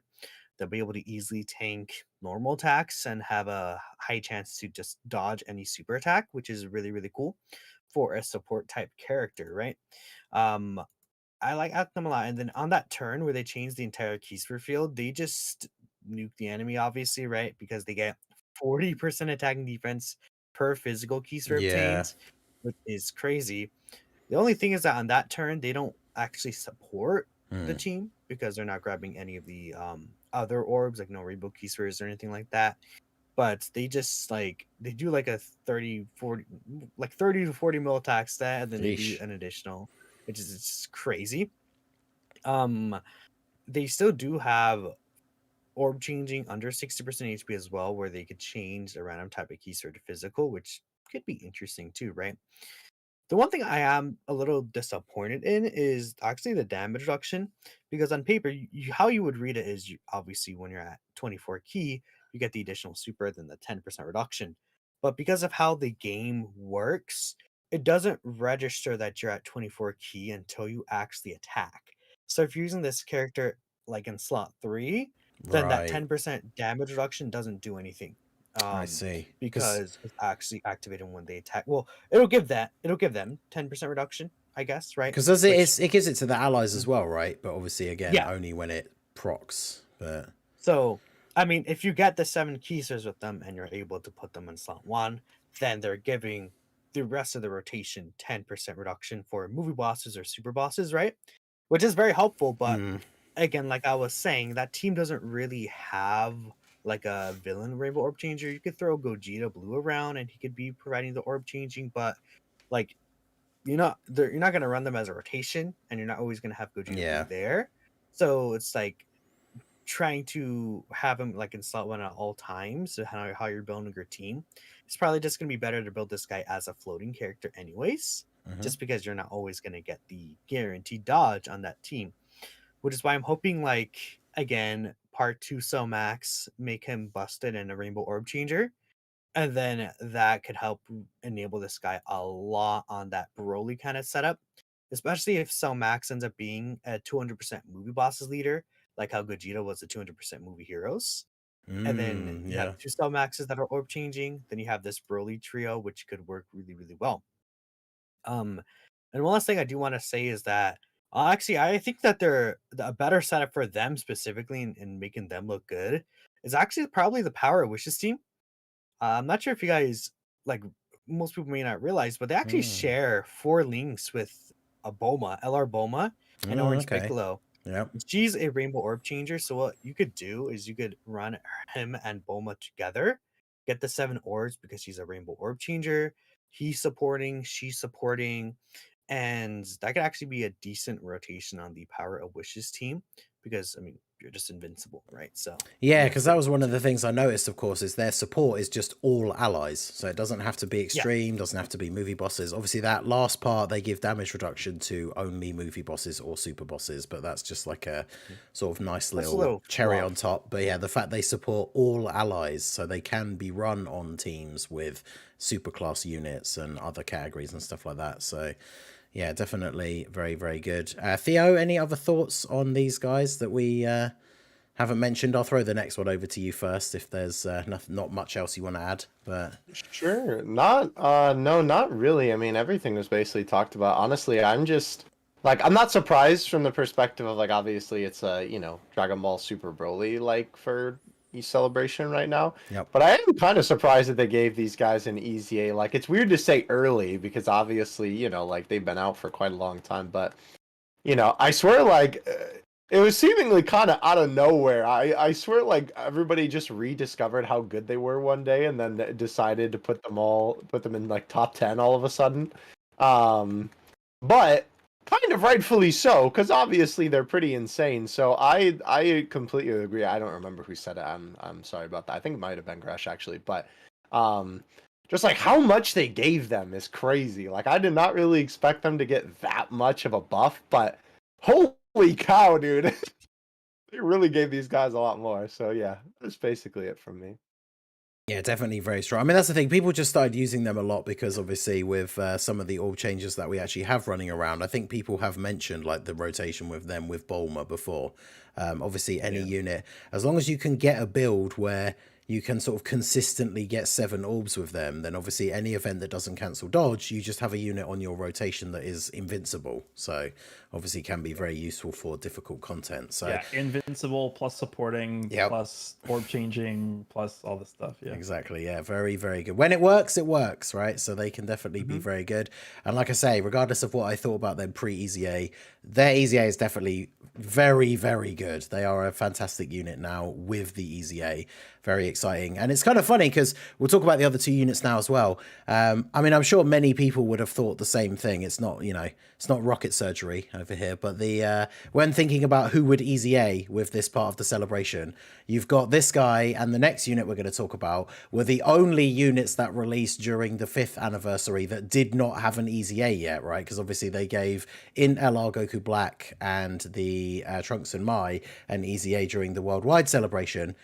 So it's just these guys remaining as the part 2 LR from the 5th anniversary. And then, of course, this next unit that was the banner unit for the STR LR Gogeta, and that is of course the STR Bardock and Ningen. So they are getting their Easy A now as well. They are a sub Easy A, so you have to redo the stages of, I think it's the Marseillan one they need the medals for, isn't it? Yeah, which is really weird, by the way. Yeah, because they don't awaken with his medals, do they? Which, or at least I didn't think they did. No. Yeah, that's weird. Very odd. It's like I when they tweeted it, I saw that they said, "Oh, this is gonna be from a reprinted Extreme Z battle."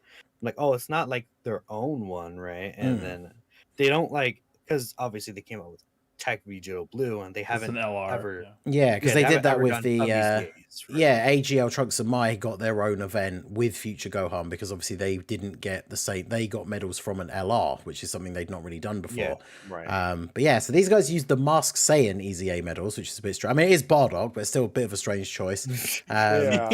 So yeah, these guys. That's not Bardock. What are you talking about? They could have just done the Super Saiyan 3 Bardock Easy A. Like, why Mass Saiyan? Right? Yeah. I don't know, or like, yeah, I don't know. Sure. They could have done like Transforming Goku, even like something like that. Who knows? But there you go. I mean, it's that's what it is. So obviously you can pre-farm those. I think the Easy A is still up at the moment because they haven't put up the announcement in the game. I don't think that the events are gone for preparation. It might be only in the Portal of Memories. But obviously that's something you could pre-farm if you are so inclined, ready for when the Easy A is available. Be up anyways, right? Oh yeah, true, because it's the anniversary. Yeah, so pretty much every event is available. So if you want to do those early, as soon as the Easy A drops, obviously then you can just Easy A them straight away.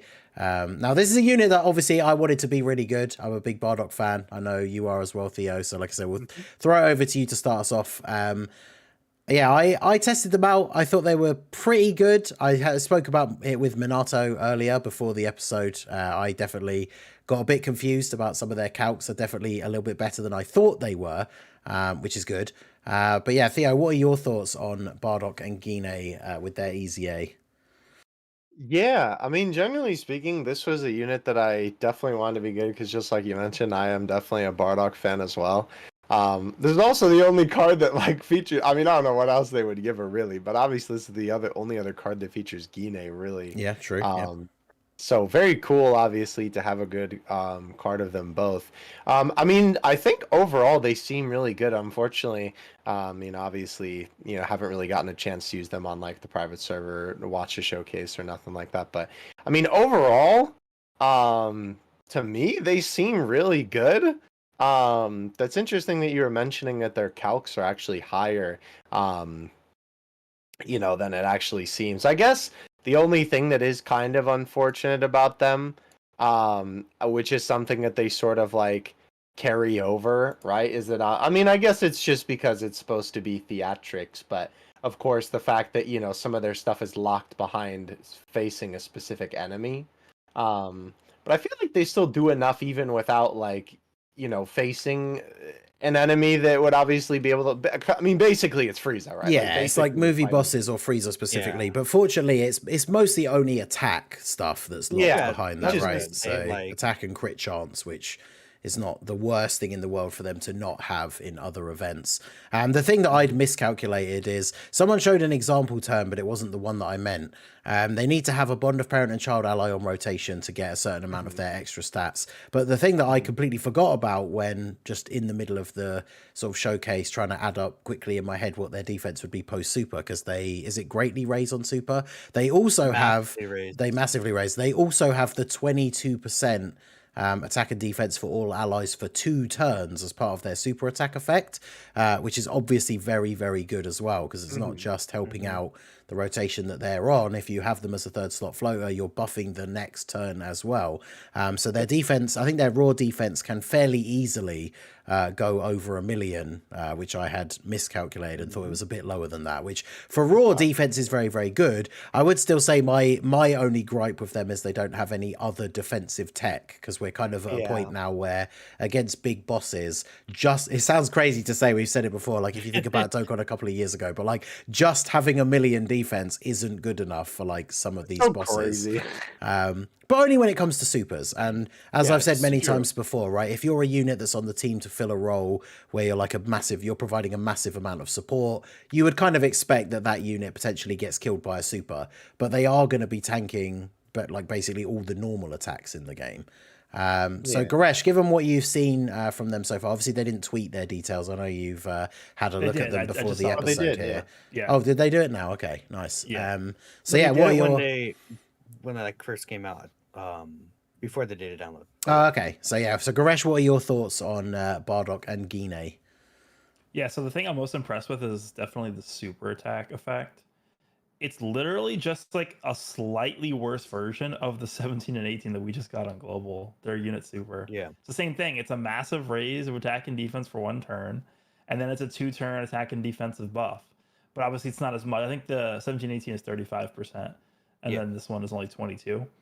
But the interesting thing about this character is they have that, and then they also, of course, still have their active skill, right? So they have multiple ways to support the team for multiple turns.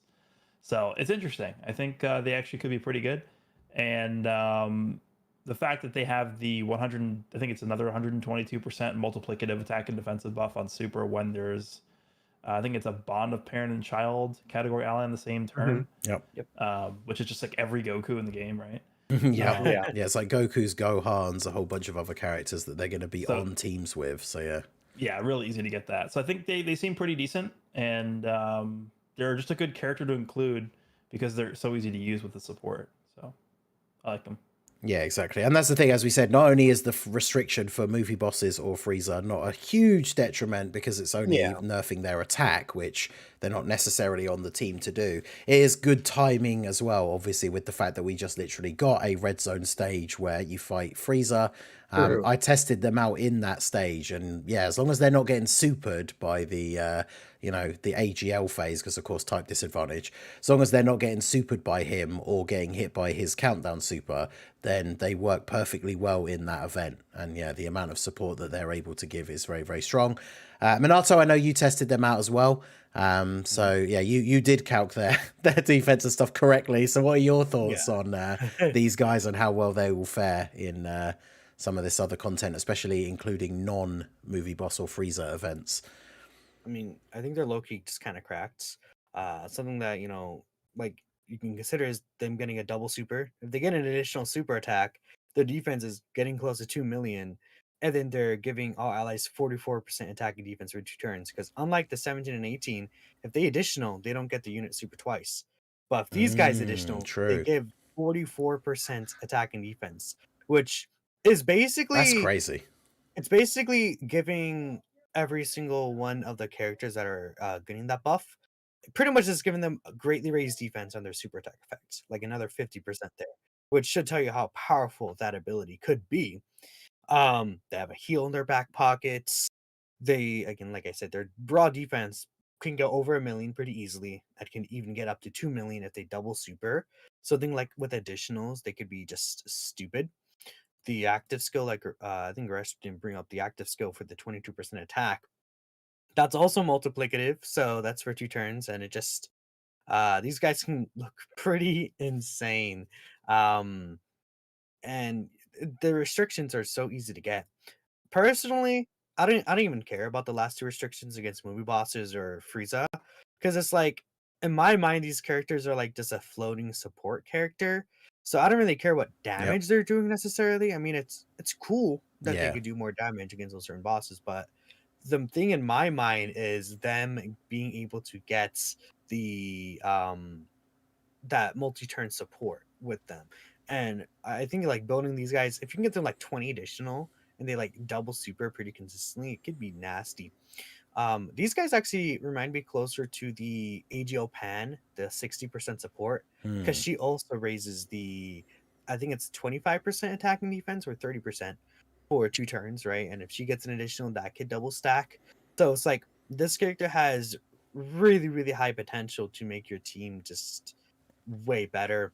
I like them a lot for sure. I think that they did a fantastic job with this EZA, and the fact that they give a massively raise is so huge. Yeah, I didn't think about the how crazy that potential double super turn is, because it's another 100% raise for themselves on their super attack effect, and then the fact that that 22% support thing doubles up as well. So considering that they're on teams like movie heroes and stuff like that, you imagine like the blue Gogeta turn after a turn where these guys have been on rotation and double supered. Like that's going to be absolutely insane. Even just So like pure Saiyans superheroes, yeah, right? They could they're just dumb. I think when you consider them potentially getting an additional, I mean, most of the time they won't. But even without the additional, they're still like very strong. And the only thing is that they get hit by a super attack and they get one shot. But you know, I feel like if you're running this character as a floater character, I feel like more often than not, the super tag is in the first two slots, and you're not going to see this character get hit as many times if they're floating around on the team. So at yeah. least that's a good thing when it comes to, even though they're necessarily not eating supers, right? I mean, if they also ate supers all the time, like they'd just be kind of They'd be like too they'd good, be right? straight up. They'd Essentially, be yeah. too good, right? Yeah. This is a sub EZA. This is not like a Dokkan Fest LR Yeah. or anything. This is just sub EZA, right? So I think it's fine to set expectations, and it's like they can't tank supers, but they can give like 300k defense to all your characters, right? But it's nice. Yeah, it's nice to see sub EZAs actually being like this powerful, right? Yeah, So actually decent. yeah, so they're definitely very good. Which to throw it back to the everything going on global, we got the STR Jiren EZA to look forward to. Let's JP's go. getting It's so EZAs like funny. this. This character is like you could 5-10 times better than Esther Jiren. Crazy. The goat? But yeah, so Dude, honestly though, it's so disappointing, man. I was that's probably one of my most looked forward to EZAs of all time, and that guy's just dang, dude. So yeah, there's we do have one more as well. Of course, alongside the Bardock and Ningen. I think this is the only other Broly movie related unit outside of for a couple of free to play ones. That obviously doesn't have an EZA or anything yet, and that is of course the Int, Broly, and Paragus. So this unit seems really, really good as well. I have tested them out briefly. That video will be up a little bit later after the podcast, but they seem really, really good. Throwing it over to Goresh first as our guest here. What do you guys think about these guys? They seem very interesting for sure, especially with their potential if things go your way. So what do you think about these guys? This is actually a character I'm not entirely sure how I feel about them. By far, their biggest weakness is the amount of teams they're on. They're only on 2 categories. They're only on pure Saiyans and what is it, movie bosses? Join forces. Sorry, join forces. Yeah, they're not even on movie bosses because of Paragus. The biggest problem with those categories, right? Just because Paragus is there, they should 100%. They should just put them on movie bosses and super bosses. Or, but yeah, at least they should be on both. Yeah, they should be on super bosses and movie bosses, I think. But yeah, that's the biggest thing for me is just they have literally like 2 categories. Like if you look at every character in the game, what percentage of characters are on 2 or less categories? Like less than 3% of the game or something. Like it's insane. So yeah, that's the biggest thing for me. But I mean, obviously it's going to depend on how many supers you get with the character, because their whole gimmick is they get damage reduction during the turn for how many supers they do. So number one, they're going to be weak to AoEs, which I don't really care, honestly, but people are going to point that out anyway. But then it's just going to come down to, do you get the hidden potential system additional normal or not? Because it's really going to matter like a lot for how good this character is. They are stacking defense, infinitely, so that is going to help them. The biggest thing for me, besides their teams, though, in terms of I'm not really too sure about them, is the fact that they don't have any multiplicative buffs. So I don't really know like what their actual defensive number is going to look like. I don't think it's going to be that high until you really start getting those stacks in. So I think in the first few turns, when you're talking about shorter events like Dismal Future Red Zone style events, it's really going to just depend on how many additional supers you get. Yeah. Because it's like start of turn 1, they have like 70k defense or something, right? So you've really got, because they get a lot of their defense from their passive is on super, and then they start getting the stacks as well. I would say they technically do have the multiplicative buff, because the 50% support would count as start of turn that they give to Pure Saiyans Join Forces. Then they get the 150 on super. Then the defense stacks are also multiplicative. So the more defense stacks you get, that's if they stack up to 300k defense start of turn, that 150% is multiplicative against that still, from how I believe it'll work. So it should be like a pure 150% of that 300k defense stat. And then it's like, oh, suddenly they're like at 700k defense, right?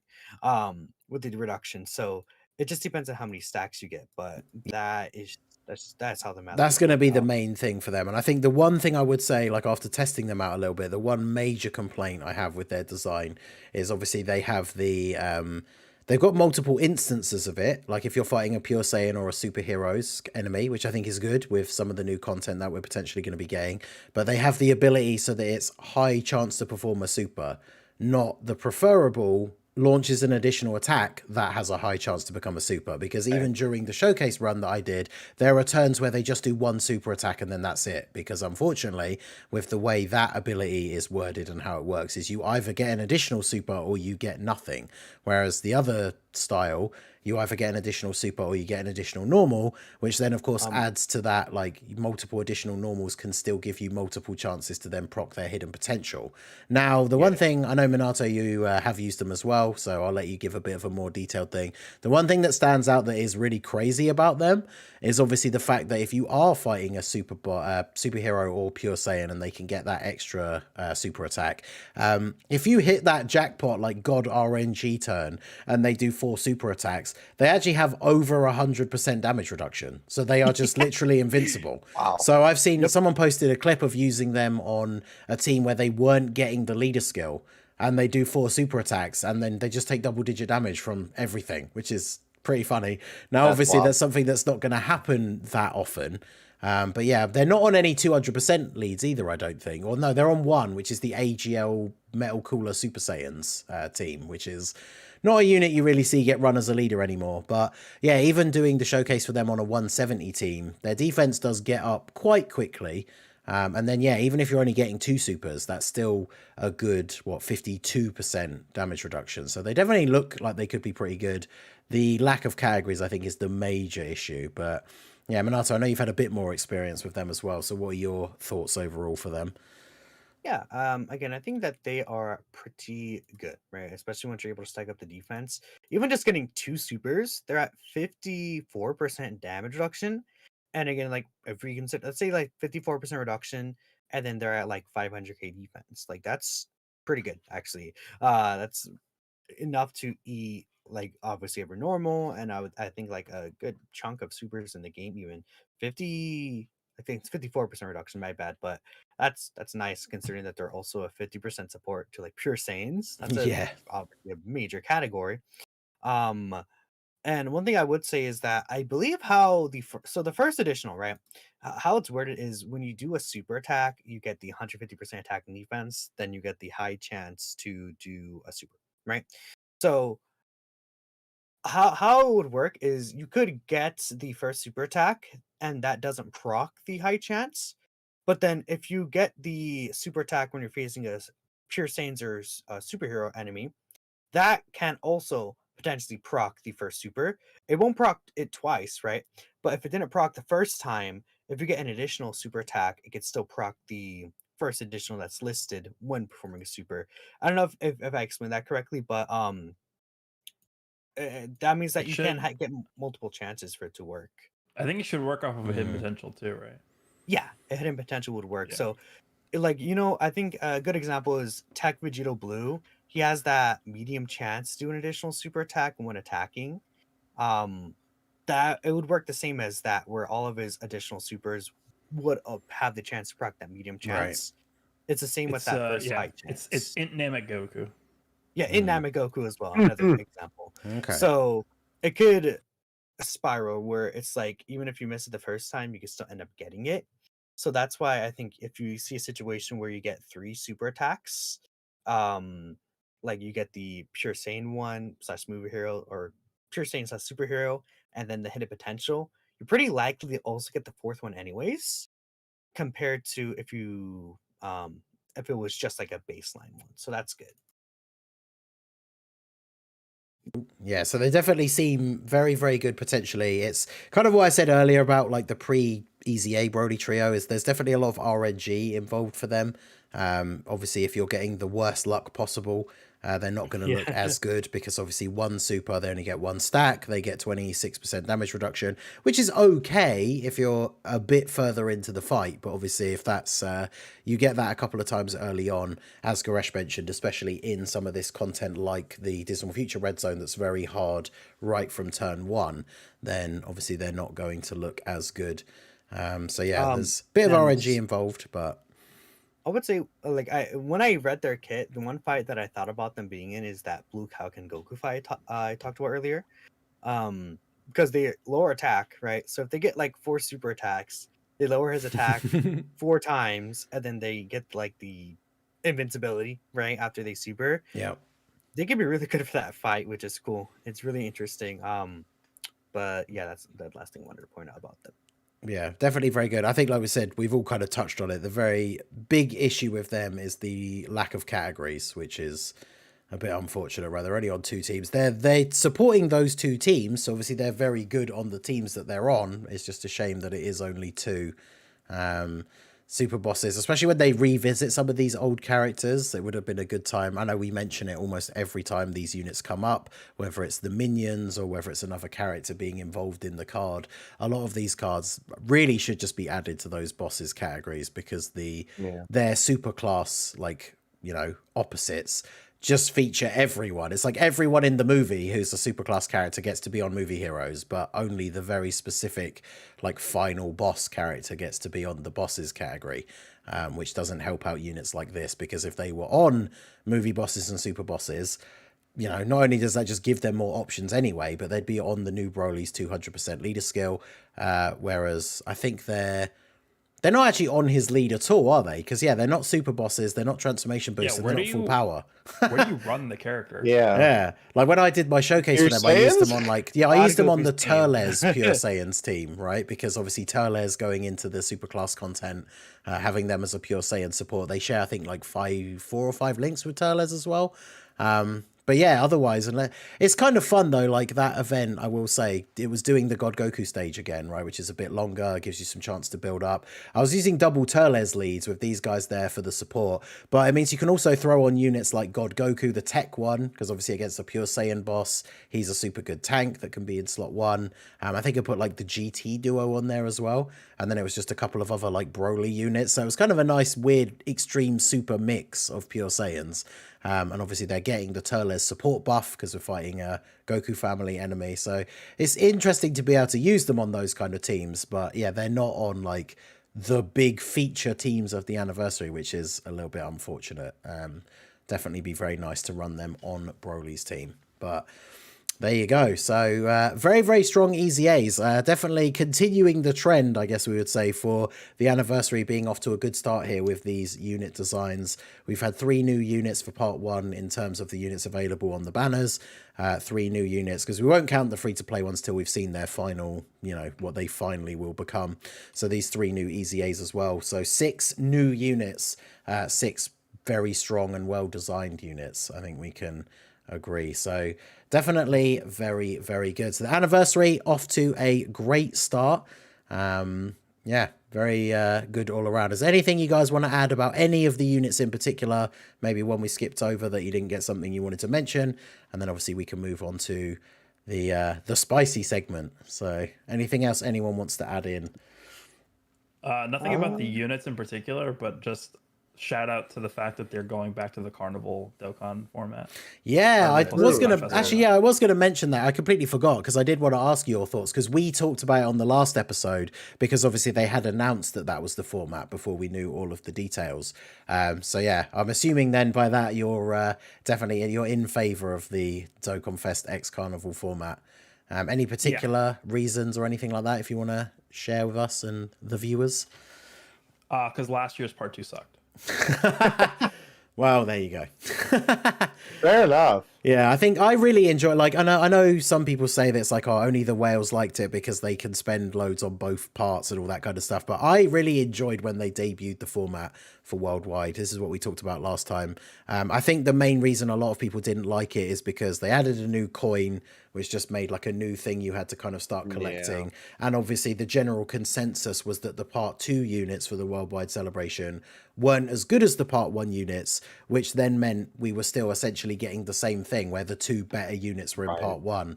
So hopefully this year, especially with the hype, you know, the fact that we've actually got a fan meet up and another live stream for part 2, all the teasers that we've seen so far, all the hints about Super, this new event coming out being focused on the Super movies, we can all kind of see the direction that it's probably going in. So part 2 being big hype and the units actually being really good obviously lends itself to that format actually being good, right? So yeah, definitely looking forward to seeing that. And as we said last time, makes perfect sense, Broly being the Extreme Dokkan Fest, for us to then see Beast Gohan potentially, right, as the super class Dokkan Fest, and then Cell Max, for example, as the Extreme Class Carnival. So definitely very exciting. Theo, Minato, anything else you wanted to add in about any of these units before we move on to the Trash Take segment? I mean, I will say, I guess it's more so about the 9th anniversary rather than like the actual units themselves, because I think, you know, we've said a lot about that. I will say, I am actually kind of loving the like whole, I don't know, it's very weird because it's like I really like celebrations that are like a more strict theme, because then it, you know, you can kind of theme everything around the celebration. But I will admit, I do kind of like this whole thing that they're doing where the celebration is just super, right? And that's it. And I think the main reason for that is quite literally just because it's like they could just do anything and it would apply. And I don't know, I do think that that like element of surprise is kind of cool. Just in terms of like, you know, making it a little bit more unpredictable and interesting, because obviously that just means, you know, like they don't have to keep to like Dragon Ball Super Broly and obviously, you know, assuming it is going to be superhero, you know, they don't have to keep to those two things for the theme. Obviously, you know, they could realistically just do anything, right? They could whip out anything super related. Now, I know we're all hoping that that doesn't mean Super Gogeta and Super Janemba, but Hey, whoa, hey, what are you talking about? That'd be gas. that's no gas. They Is the guy they from finally did an extreme anniversary headliner again. It's a callback to Janemba. You know? We're gonna see Super Perfect Cell for part 2. Right? That's what I mean. Listen, you know, that's the beauty of it, I suppose. That is technically possible, as much as I kind of hate this. Yeah, all those Gohan and superhero teasers that people think we're seeing, it's actually because it's Super Perfect Cell and Super Saiyan 2 Gohan for part 2. Let's go. That would be disgusting. I mean, the funny thing is, it would be one of those like future Gohan for the worldwide situations where those two units could actually be super cool and super hype, but because they're not Beast Gohan, the community would be in flames, I think. I'm just gonna say, if they don't do Beast Gohan, that's a generational L. Yeah.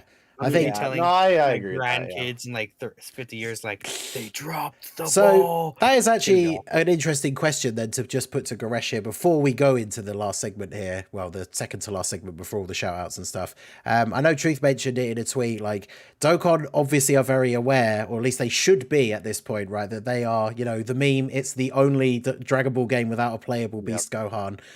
So just to get your prediction, of course, we have mentioned it a few times as probably being the likelihood. But what are your thoughts? Are we going to see Beast Gohan in part 2?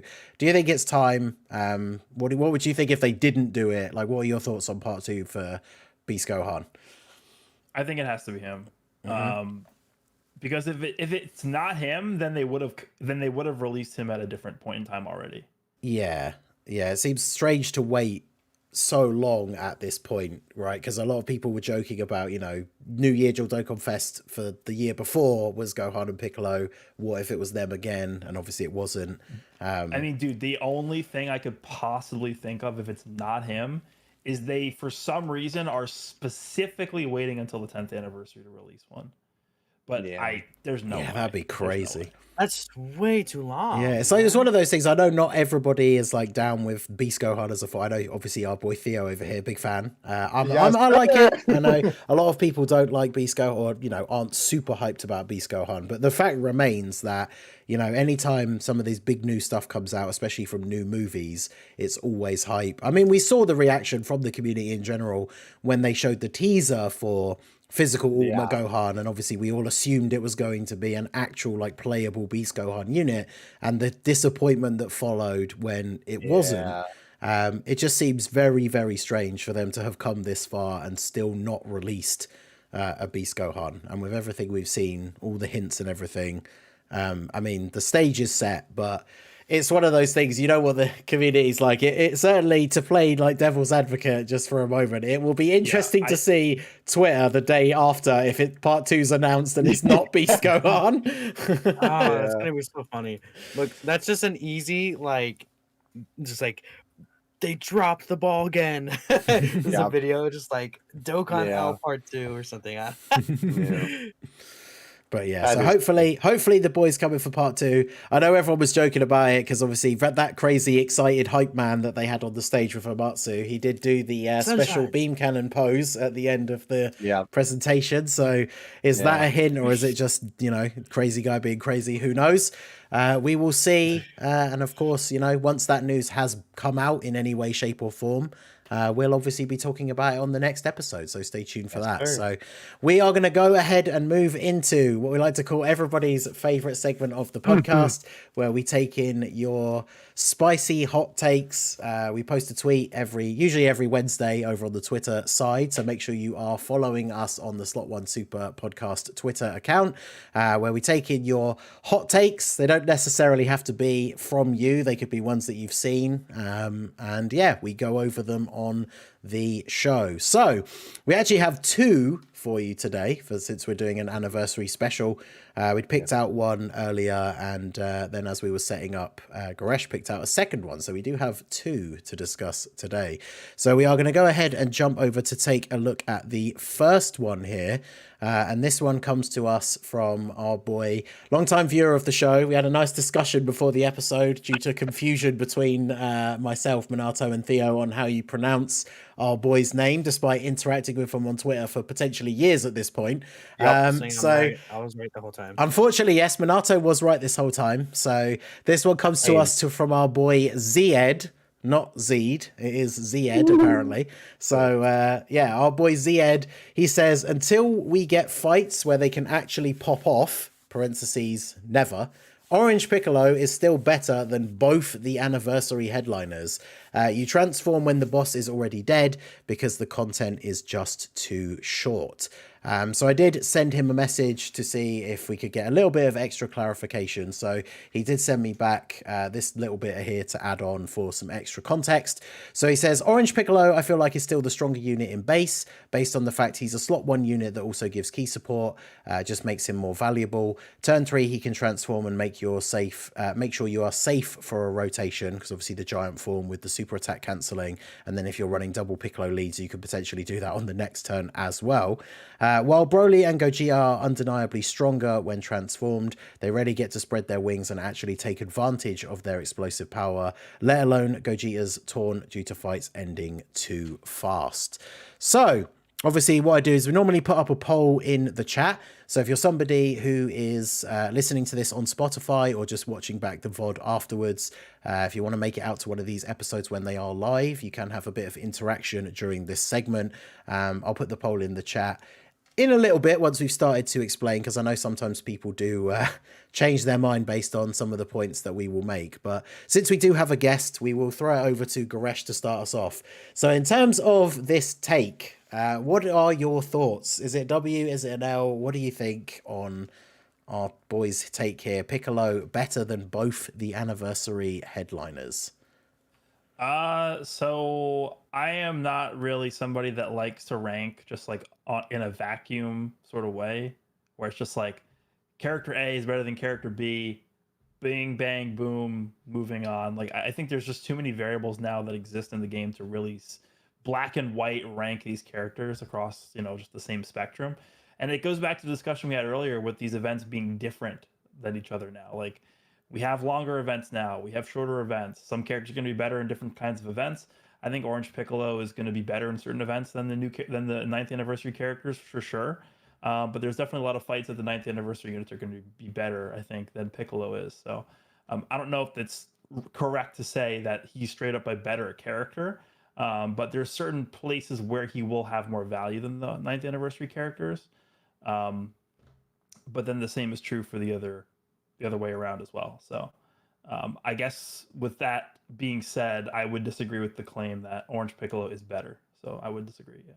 Okay, interesting. Minato, since you did get you were the one that was pronouncing Zed's name right, I'll throw it over to you next. What are your thoughts? Okay, all right. I know. Well, to me, I'm right there with you. I'm right there with you, Theo. I thought it was Zed as well. So we take our L's over here. But yeah, Minato, what are your thoughts?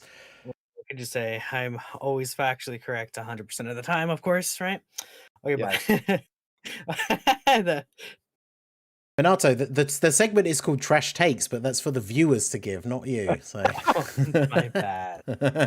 Okay, so again, I just think that similarly to what Goresh said, again, it's the fact that in certain situations, Orange Piccolo could look better than him. In certain situations, it could look worse, right? And I feel like when it comes to me specifically saying whether or not he's going to be better than them, there's still going to be more content coming out during the anniversary, and we have been getting long fights and short fights.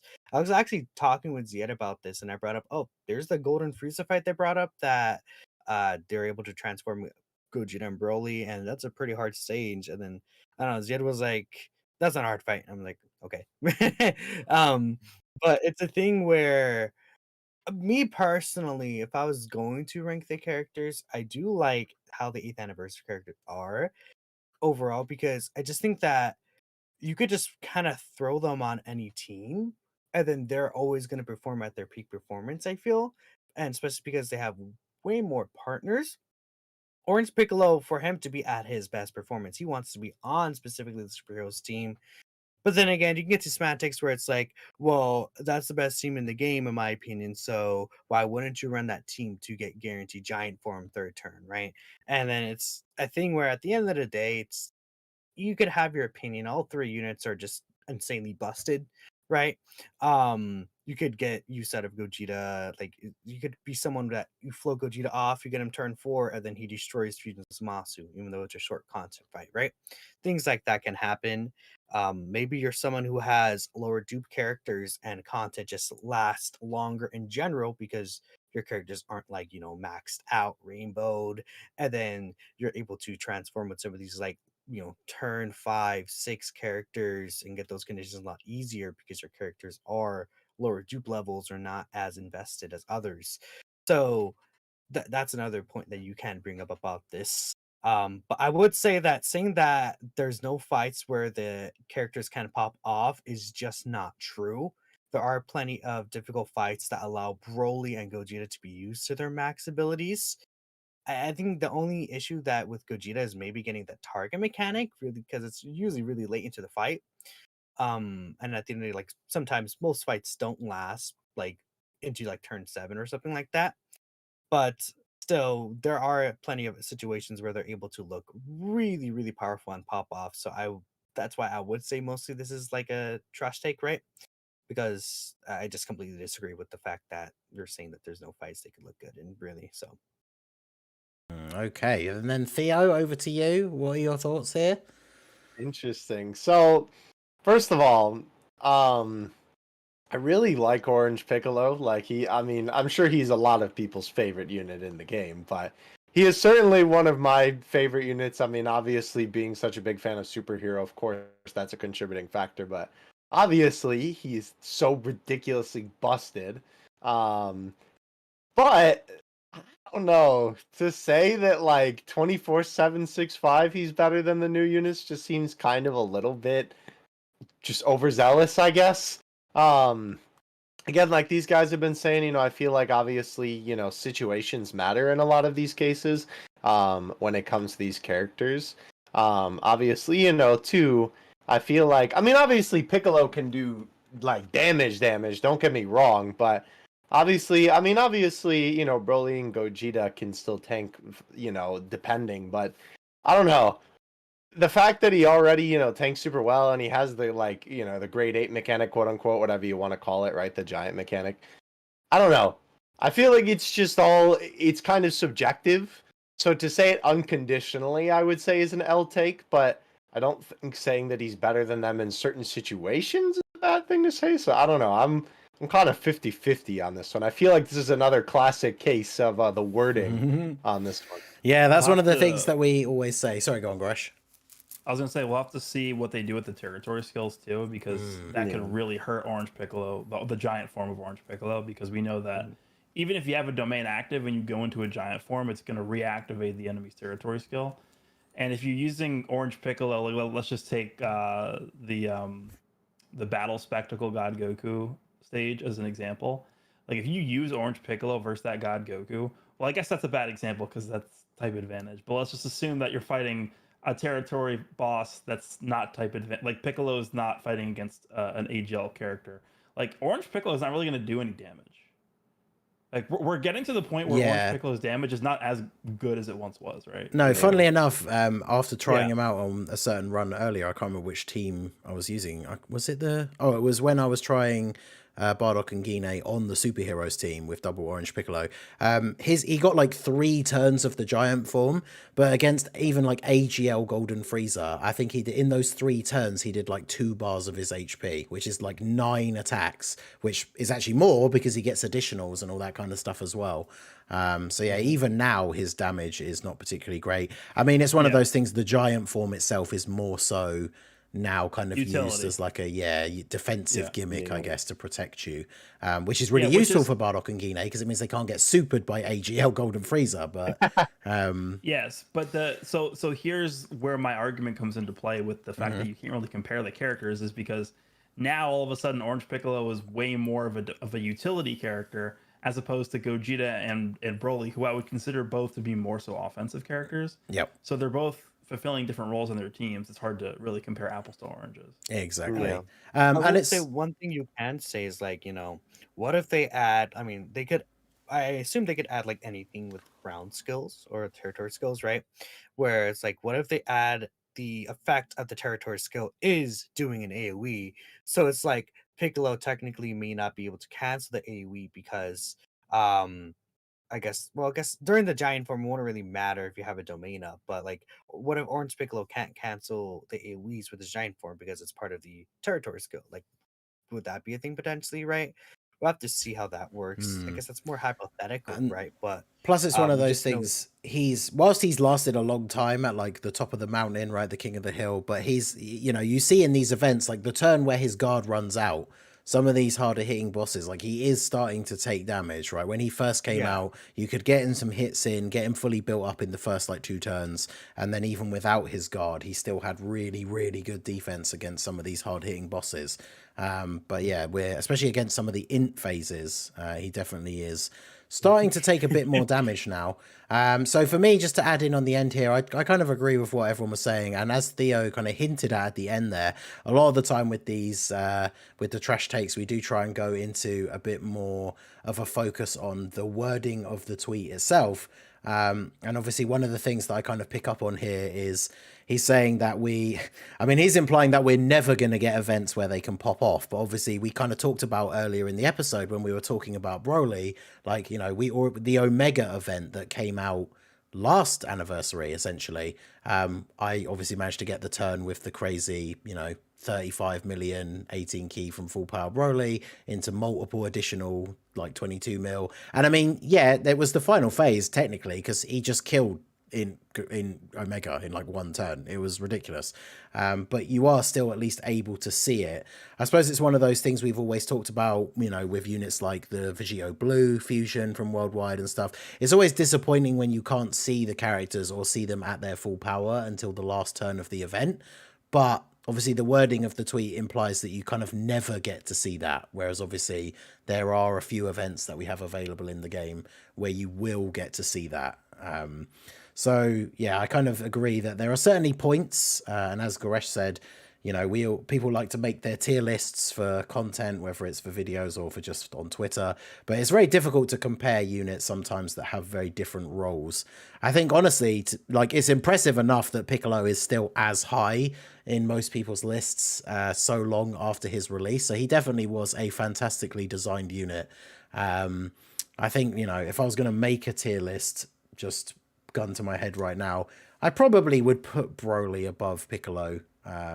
Gogeta, I'm not sure. I think I have to use them a bit more just because the early turns, I think, again, this is where comparing them and how different they are. In the very early turns as Super Saiyan Gogeta, if he gets a couple of supers but then eats a super from some of these big bosses, he takes a lot of damage, whereas obviously in the first couple of turns, Piccolo is very, very strong defensively. So they just are very, very different units. But if we have to consider it, the way it is worded, just comparing them and saying that Piccolo is better than them, you know, 9 times out of 10, if not more, I would say I would disagree, and that it is an L take. So before we move on to the second one we have here, let me just grab the poll in the chat. Shout out to everyone who did vote over. Of course, I just brought it up to look at it, and good old Dokkan community, you love to see it. We are literally at 50% W, 50% L. So, so there you go. I mean, to be fair, like we said, it's there are some points that we could definitely see, and some points that maybe just because of how it's worded is not so correct. But yeah, 50-50 I feel like is probably kind of fair for this, because there definitely are times where you could say he's better, and then there would be times where you can say that he isn't. So there you go. But funnily enough, for those of you, Annie said L take please, because of the way YouTube, for some reason, I guess they don't like to round up to whole numbers, because there's always going to be those odd bits here and there when you're talking about percentages. So there's always a 1% margin of error.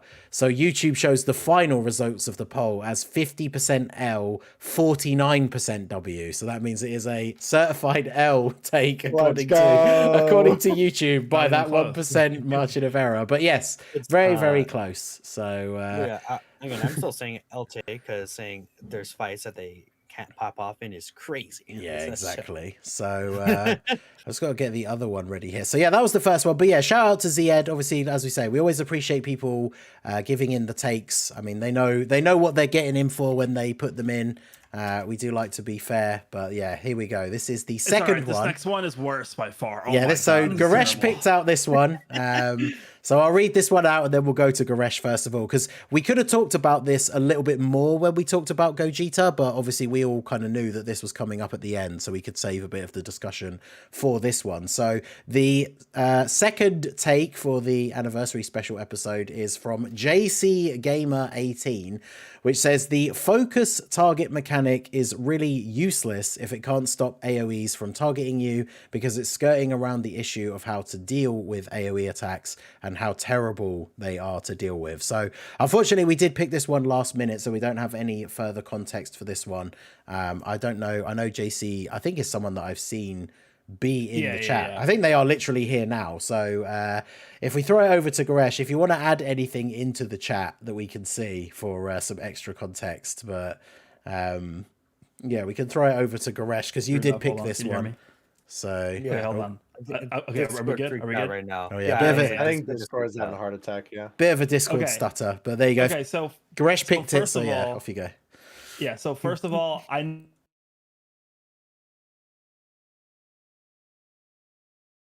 Oh no, it's done it again. The main thing I want to just highlight here is there's nothing I even need to say about this. Like, you could put this on the screen and like people will see this and say L, I think. Like, there's nothing that needs to be explained here.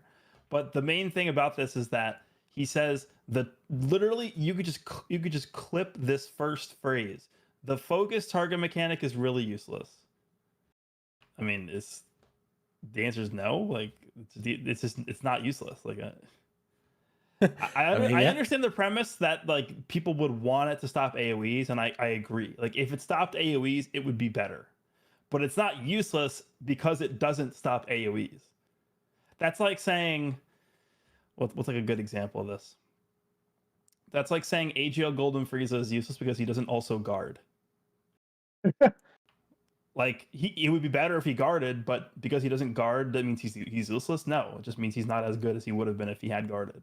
So like, yeah, you could say the same thing about the skill. Like the skill would have been better if it had dealt with AoEs, but it's still good and it's still useful even if it doesn't do that. So I just completely disagree with this.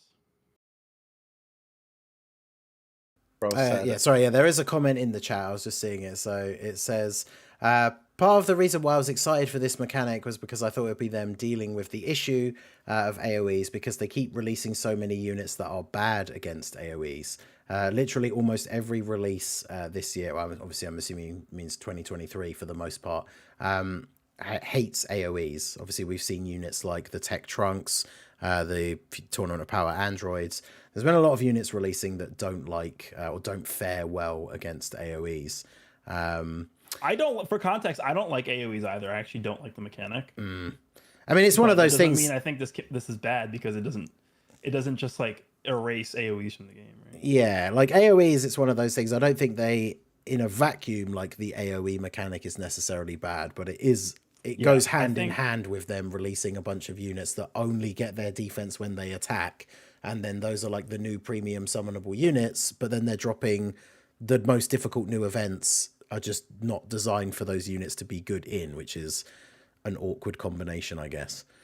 If you're going to criticize this mechanic, and I actually said this before we started recording the podcast, where the area you criticize this mechanic is not the fact that it doesn't deal with AoEs, it's the fact that, not the mechanic itself, but it's more so with Gogeta's design. It's the fact that you can't use this until like turn 6 at the earliest. It just takes too long to be able to use the skill. Yeah. This would be such a useful skill to like help establish your rotations early on in a fight. And the fact that you can't do that and you can only use it super late into the fight when you're basically going to win anyway, it takes a lot of the value away from the target focus mechanic. So it's not the target focus mechanic itself, it's just the design of the character. Yeah, I would agree. I would agree with that as well. He does say AoEs are so prevalent. I thought this was them dealing with that issue when they just kind of avoided dealing with it again. He does say you're definitely right about the, how late it takes for Gogeta to use it. I do think it's probably one of those things from this take. Like, I can understand, we see it in the community quite a lot, as we kind of talked about with Beast Gohan, the potential for part 2. It does kind of seem like a case of essentially just being disappointed that the mechanic wasn't specifically what you wanted it to be, or what we thought that it might be. Because obviously when the target, it's been an idea, like we've talked about this before when it was even first announced, but it's been an idea that the community has kind of suggested for a while that we wanted to see as a mechanic that a unit could have, where they draw all of the attacks from a rotation onto themselves. And obviously that does then immediately create the question of, well, how would that work against AoEs? Would it cancel them out completely? Would that unit get hit like 3 times in a row? How would that work? And obviously they just kind of made it so it just doesn't really do anything to that particular mechanic, which is annoying. But obviously I would agree with what Goresh said. Like the mechanic itself, when you consider they've released a whole bunch of new content in this celebration, none of which has AoEs. So obviously that ability is very useful if you can get to the turn where you actually use it. But I mean, even adding on to what we were saying about how long it takes to get it, one of the things that I noticed as well is the Golden Frieza event specifically. The final phase that has the countdown disables dodge.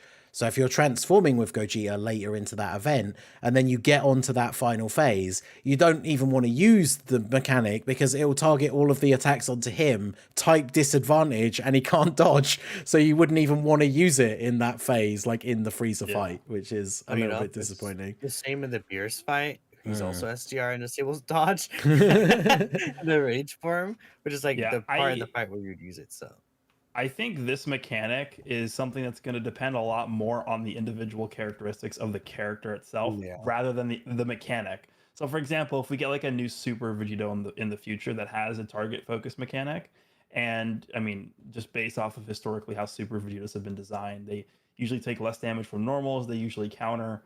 So imagine we get a Super Vegito that has this target focus mechanic, and then every single attack he's just countering and taking no damage from them. Or what if there's another one where it's like every time this character takes a normal attack, they give support to the rotation for the turn or something. And so when you have all the attacks aimed at them, then they're giving massive support to the rotation every time they take a normal attack. Like there's so much room for this mechanic to grow, and I think it's just going to depend on how the design of the actual character is more so than the mechanic itself. It's just an interesting mechanic. Yeah, and it's like, especially if they added, like, how we got the tech androids, right? Turn one, they could use the ghost usher. Like maybe in the future we could even get a character similar to that, where like on turn 1 or 2, they like are instantly able to get the target skill mechanic. And their design is like kind of based around that potentially. That could be interesting. Like even like what if it's like a UI Goku where it's like you could choose when to use the target skill mechanic at any time because Yeah. he went fast UI, right? It's something that they could definitely introduce. Like in the future, this could be a mechanic to create like a really, really powerful defensive unit. Like Goresh was saying, obviously the idea of using this ability to be able to sort of set up your rotations and stuff like that. If you have a unit that is like a god tank, and then they can use this sort of target ability on their first turn, and then it allows you to kind of set up the rest of that rotation, float off a unit that you might want to float off. Like we've seen a few units in the past. It's only one off the top of my head. I know he doesn't get used very much anymore. With the LR Janemba, where you don't want to put him in slot 3 because he doesn't guard in slot 3. So if you have to float him off because he started on a bad rotation, that can be really awkward if there's a bunch of attacks in slot 3. So you could get a unit that is a very strong defensive unit on turn 1 that immediately pulls all the attacks into them, and is then able to let you sort of set up those rotations. The Super Vegito idea one I really, really like as well, because obviously we know how sort of like taunting of a character Vegito is. I think I had thought about it before that it would be awkward because Vegito units usually are good for taking normals and countering, but then they take a lot of damage from supers. But the way you would get around that is you obviously give him the same sort of thing that Gogeta has, where he just dodges everything, because if a unit dodges normals, they still counter, but then he would dodge the potential super as well. So that could work really, really well with a sort of counter unit. It'd be hilarious if he's just like, oh, he only draws the normals towards him. And then it's like you just see a slot 1 super attacker right there. Actually, could you imagine a combo like that where he has a scouter and it draws all of the attacks except the super? So you know where the super is. You can then put him in one of the other slots, draw all the normals to him, and then put a tank where the super is. So yeah, the mechanic definitely has a lot of room to grow. I know we've kind of bounced back and forth a little bit on this one, but Theo, is there anything specifically you wanted to add for your thoughts on this take? I mean, yeah, obviously, JC kind of did explain in the chat that of course it was just more like this is like a trash take made out of frustration almost more than like I don't know, like obviously like, using the mechanic in the game. I definitely agree with obviously the lot of you that, of course it's going to depend on the actual character in terms of the mechanics specifics. That's what I was looking for. I was gonna say mechanics, duh. The mechanics specifics, obviously. I definitely think that, they still have obviously a lot that they can cook with it. I mean, obviously a lot of good ideas have been presented, but I understand the frustration with AoEs, I guess, but obviously saying an entire mechanic is terrible just because it doesn't counter something that you don't like in the game, I feel like is a bit silly. Yeah, I think we could agree to that. Minato, is there anything else you wanted to add that we haven't said before we end the poll over here? Nope. I think I said everything I wanted to regarding this stage. Okay, so we will go ahead and end the poll. I think it's probably not much of a surprise here that this is majority L take. I mean, I understand, as we've already said, right, as Theo kind of worded it, I would say perfectly, in the sense that it's a take born out of frustration, right? We kind of wanted there to be a way to deal with AoEs to help protect some of these characters they've been releasing that are not good against AoEs, and this does not do that, but that doesn't mean that it is a bad mechanic, right? I think that more so speaks to how disliked AoEs are as a mechanic. Than this mechanic itself. Yeah, exactly. I mean, we know, like, those of us, every week we look through the thread and we pick a take for the week, and I think it's been almost every week since the release of Fusion Zamasu and the Dismal Future Red Zone that we get a take about how terrible AoEs are. Yeah. And it's something we have discussed multiple times. But yeah, a lot of people don't like AoEs. I don't, as we've kind of touched on here, I don't mind them being a thing in the game as long as they're releasing characters that are able to deal with them. Because it's like, not every unit has to tank AoEs for double-digit damage, but when you're getting events like Fusion Zamasu, and there's some of these units that generally in other events would be super good, like, you know, 5-year anniversary LR fusions, like the GT duo and stuff like that, but then because they're not getting a chance to activate their abilities that they get when super attacking and stuff like that, they're just taking like 400k damage from this attack that they have no way to avoid because every single enemy, every single unit on the rotation is getting hit by it.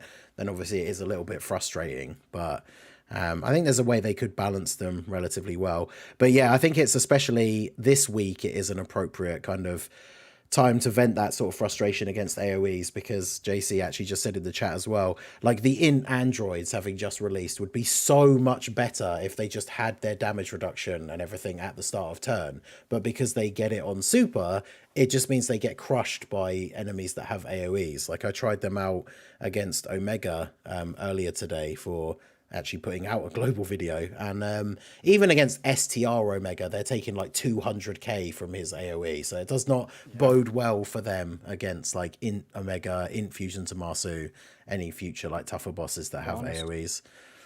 The thing that sucks is that it's kind of like a thing where you could tell they just want these characters to suck. They wanted these characters to suck against AoEs to the point where they made this target mechanic not work against AoEs because their intent was that, I guess, they retroactively wanted to just make that Fusion Zamasu fight harder, which is like Android 21 gets her dodge when she attacks. The androids get their damage reduction when they attack.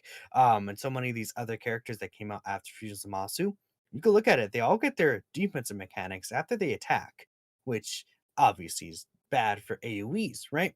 And they kept doing that, and it actually really annoyed me. So that's why I wanted a mechanic like this to help out. But at least the good thing now is that during the anniversary, so far we have not gotten an AoE fight, and all these fights are difficult. So hopefully, with the introduction of these territory skills, we're gonna see less of those AoE fights in play. Because during 2023, we saw Omega, Sin, and Fusion Zamasu. Those were like really tough fights when they came out. All had AoEs, and it was all like back to back to back essentially. So hopefully this mechanic makes more interesting boss design too. Well, there you go. You heard it, guys. Minato's jinxed it. Hardest fight of the anniversary is going to have AoEs. You know who to complain at if it happens. But but there you go. Shout out to JC. Like I say, it's a take more so born out of frustration. But sadly, the people have spoken. It is an L take. You know, the segment's called Trash Takes, as we always like to say. They understood the assignment. So there you go. Shout out to you. So we will move over now to our final segment of the podcast. Shout out, of course, to our guest, Goresh, again for being here. I know it's getting very late for you where you are. I'm trying my best not to just fall asleep. Yeah. So we will run through these as quickly as possible. Shout out to everybody who did show their support during the podcast. So we have our boy Norbert re-upping his membership. Next week, spoiler, special guest Norbert with the topic why GT is better than Super. Our resident GT fan over here in the chat. Prof with the membership update. DBS Broly is what Limit Breaker 4 Broly should have been. Yeah, he was a very disappointing Heroes release considering how they popped off with Vegito and Rose. So Limit Breaker Broly definitely was disappointing. We have a $5 or £5, I should say, good old pound sterling super chat from ND Annie. He says, do you think Dokkan will ever find a way to do additional 18 key supers? And how would you feel if Beast isn't part 2? Who else could it be? Big ups to the panel. So Goresh, what do you think? Do we think we'll ever see additional 18 key supers? And if you could pick one person out of the out of your head, who would be part 2 if it's not Beast Gohan? I definitely think it's going to happen at some point. Additional 18 key super. I mean, it's just as simple as adding a line to a passive that says perform an additional ultra super attack, right? I mean, it seems like it's pretty. I'm actually kind of surprised they haven't done it yet. Like, it seems like such an easy thing to do. Yeah.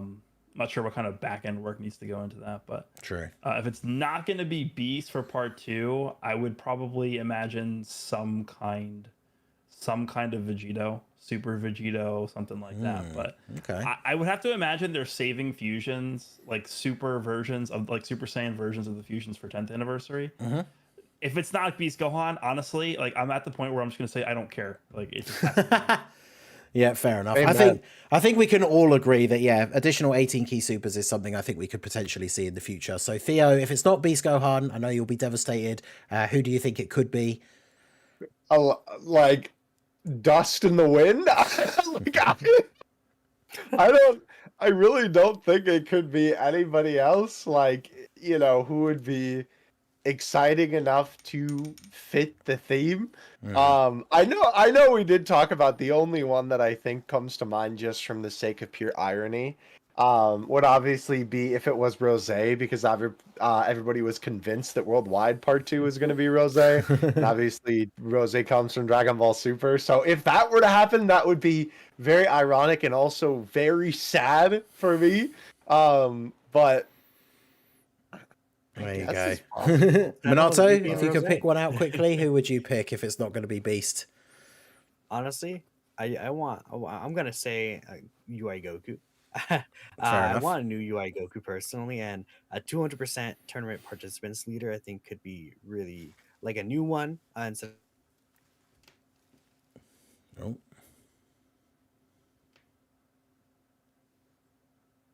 Oh, Discord, I think, having a bit of an issue there. Can I get off with what I said? I think so, yeah, but we'll That's fine. new I UI just wanted Goku, to hopefully, participants if it's lead, not Beast. right? Yeah. That's fair enough. So shout out to Philip Rodriguez for the $2 super chat. He says, I'm a stand for Broly, finally not a glass cannon. I know, right? We finally have a Broly that's actually tanky. You love to see it. So it's about time. Something we've talked about many times before. Broly finally being as tanky as he is in the show, so that's nice to see. Shout out to Philip as well for the 5 gifted memberships to the channel. We have a few donations from our boy Nothardic over here. A couple of different $2 super chats. I think the boy has been celebrating the anniversary with a few beverages potentially, because these are a bit all over the place. He is our resident Chow Man fan. So a couple of choice ones here. He says, what's up? It's your boy Chow Man. It's an L anniversary because it should have been an LR Chow Man. True. He is the goat fusion. Chow Man over in Golden Freezer.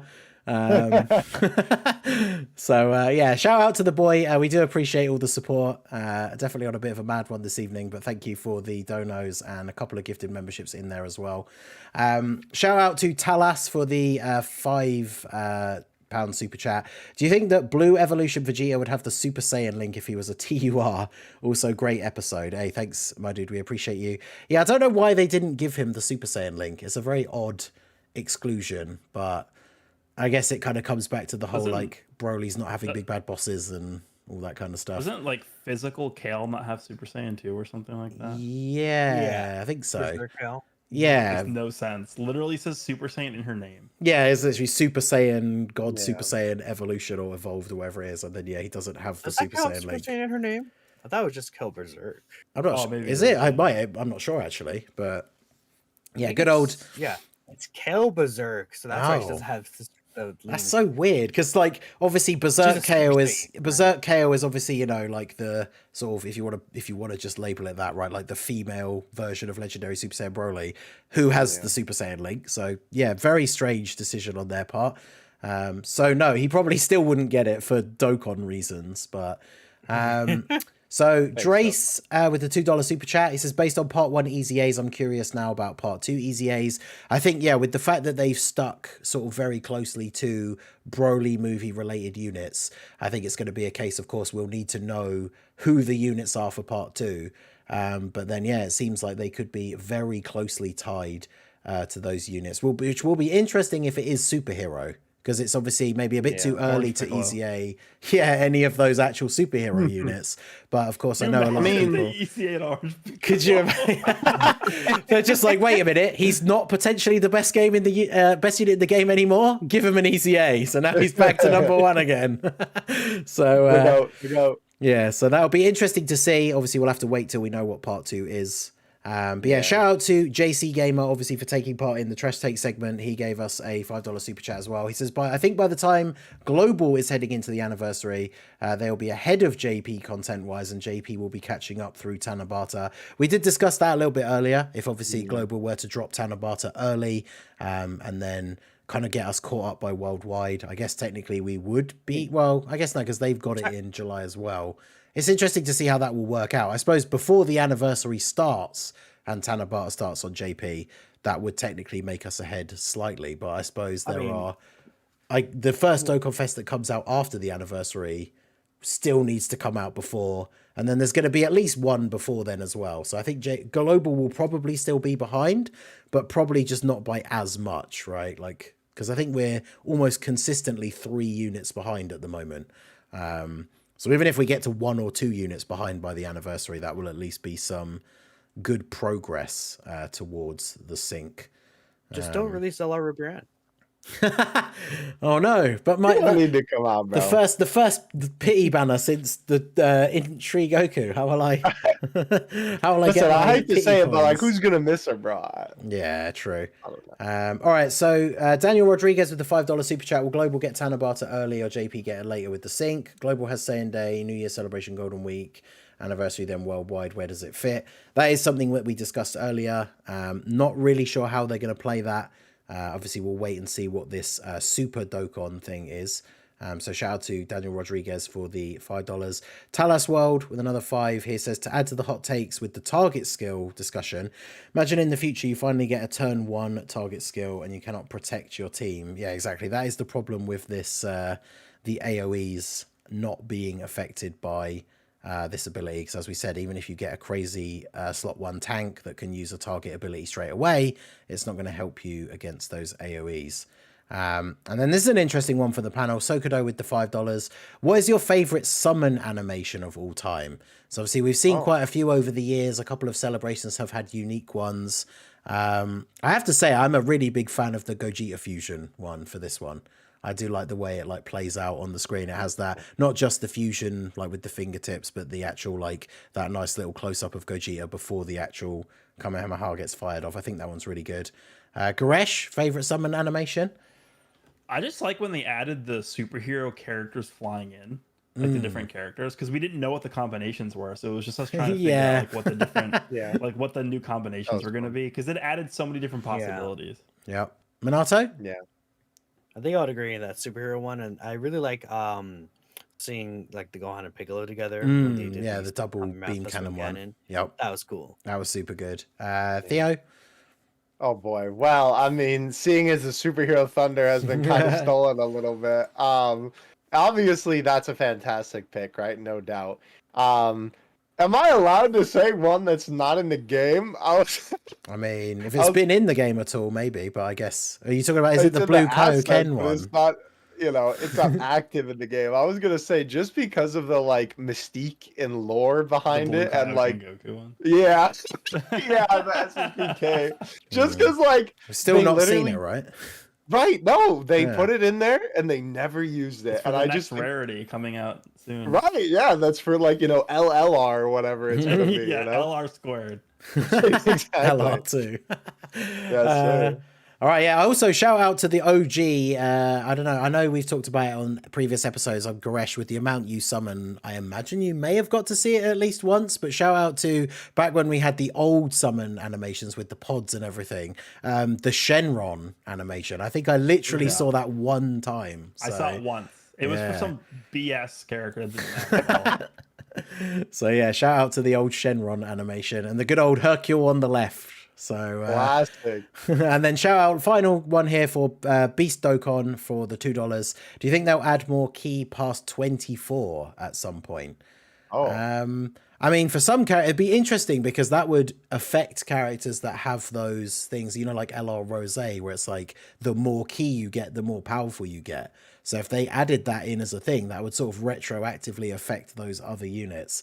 Again, it's not something I would never say never, but I think for the meantime, I don't imagine we would see that. But if any of you guys have any other thoughts, feel free to chime in. But that is the last one here. I mean, I feel like it would just make the characters too OP. Like, that would be a huge power creep. I don't know, like, and then that that would like beg the question, like, oh, do they give them another animation for like the 25 key, right? Yeah. Or do they, obviously I would assume they would get another effect if they got that. Like you said, with already existing characters, right? That's what that sounds like, honestly. That sounds like a disaster waiting to happen. Where they of break our the game by classic- accident, yeah. Right, like where the classic Dokkan where they don't actually test their own units, and they make a unit cracked, and then everybody's surprised when they're good because all the rest of the units of the year have been so garbage. I feel like that's just that waiting to happen, where they accidentally make a character too good. Yeah. 10th anniversary power creep. Yeah, with the 10th anniversary, the LR squared, Maybe. they can get 36 key. There you go. We'll see. 36, that's wild. I mean, characters already have more than 24 key, but it's just dependent upon how many orbs they get, right? So for That's like true. moving characters, it's basically the true. same thing. They get stronger depending on how many orbs they get. It's just not reflected in how much key they have. Right. Yeah. So maybe something that we could see in the future, but I think, yeah, with the effect that it would have on some other characters as well, maybe be a bit too complicated. We'll see. Could be something that comes with a future new rarity, who knows? But for the time being, I would say I imagine we probably won't see that. But shout out to the boy for the donation there. So that is it. We obviously appreciate all of your contributions and everything for the episode. Thank you for helping to support the podcast. That is going to be it for the episode for tonight or today, depending on your time, wherever you are. Episode 23 of the Slot 1 Super Podcast. So big shout out to Goresh. I know it is very late in Japan now, so we appreciate you coming on for the full episode, putting the work in. You love to see it. So Thanks for having me. yeah, it's always a pleasure. Maybe we'll try a different time slot, but maybe we can run it back again for another big event. But we're Global anniversary. obviously, yeah, talk about all the same units again. But obviously, always welcome. So yeah, that has been episode 23. I've been the Master Ningen. Shout out to our special guest Goresh, obviously my co-host as always, Dokkan Assets and Minato's Flash. Appreciate all you guys that came out and watched it live, all you guys watching it back on the VOD or listening on Spotify. Thank you for coming out for the Slot 1 Super Podcast, and we will see you all next time. Peace out.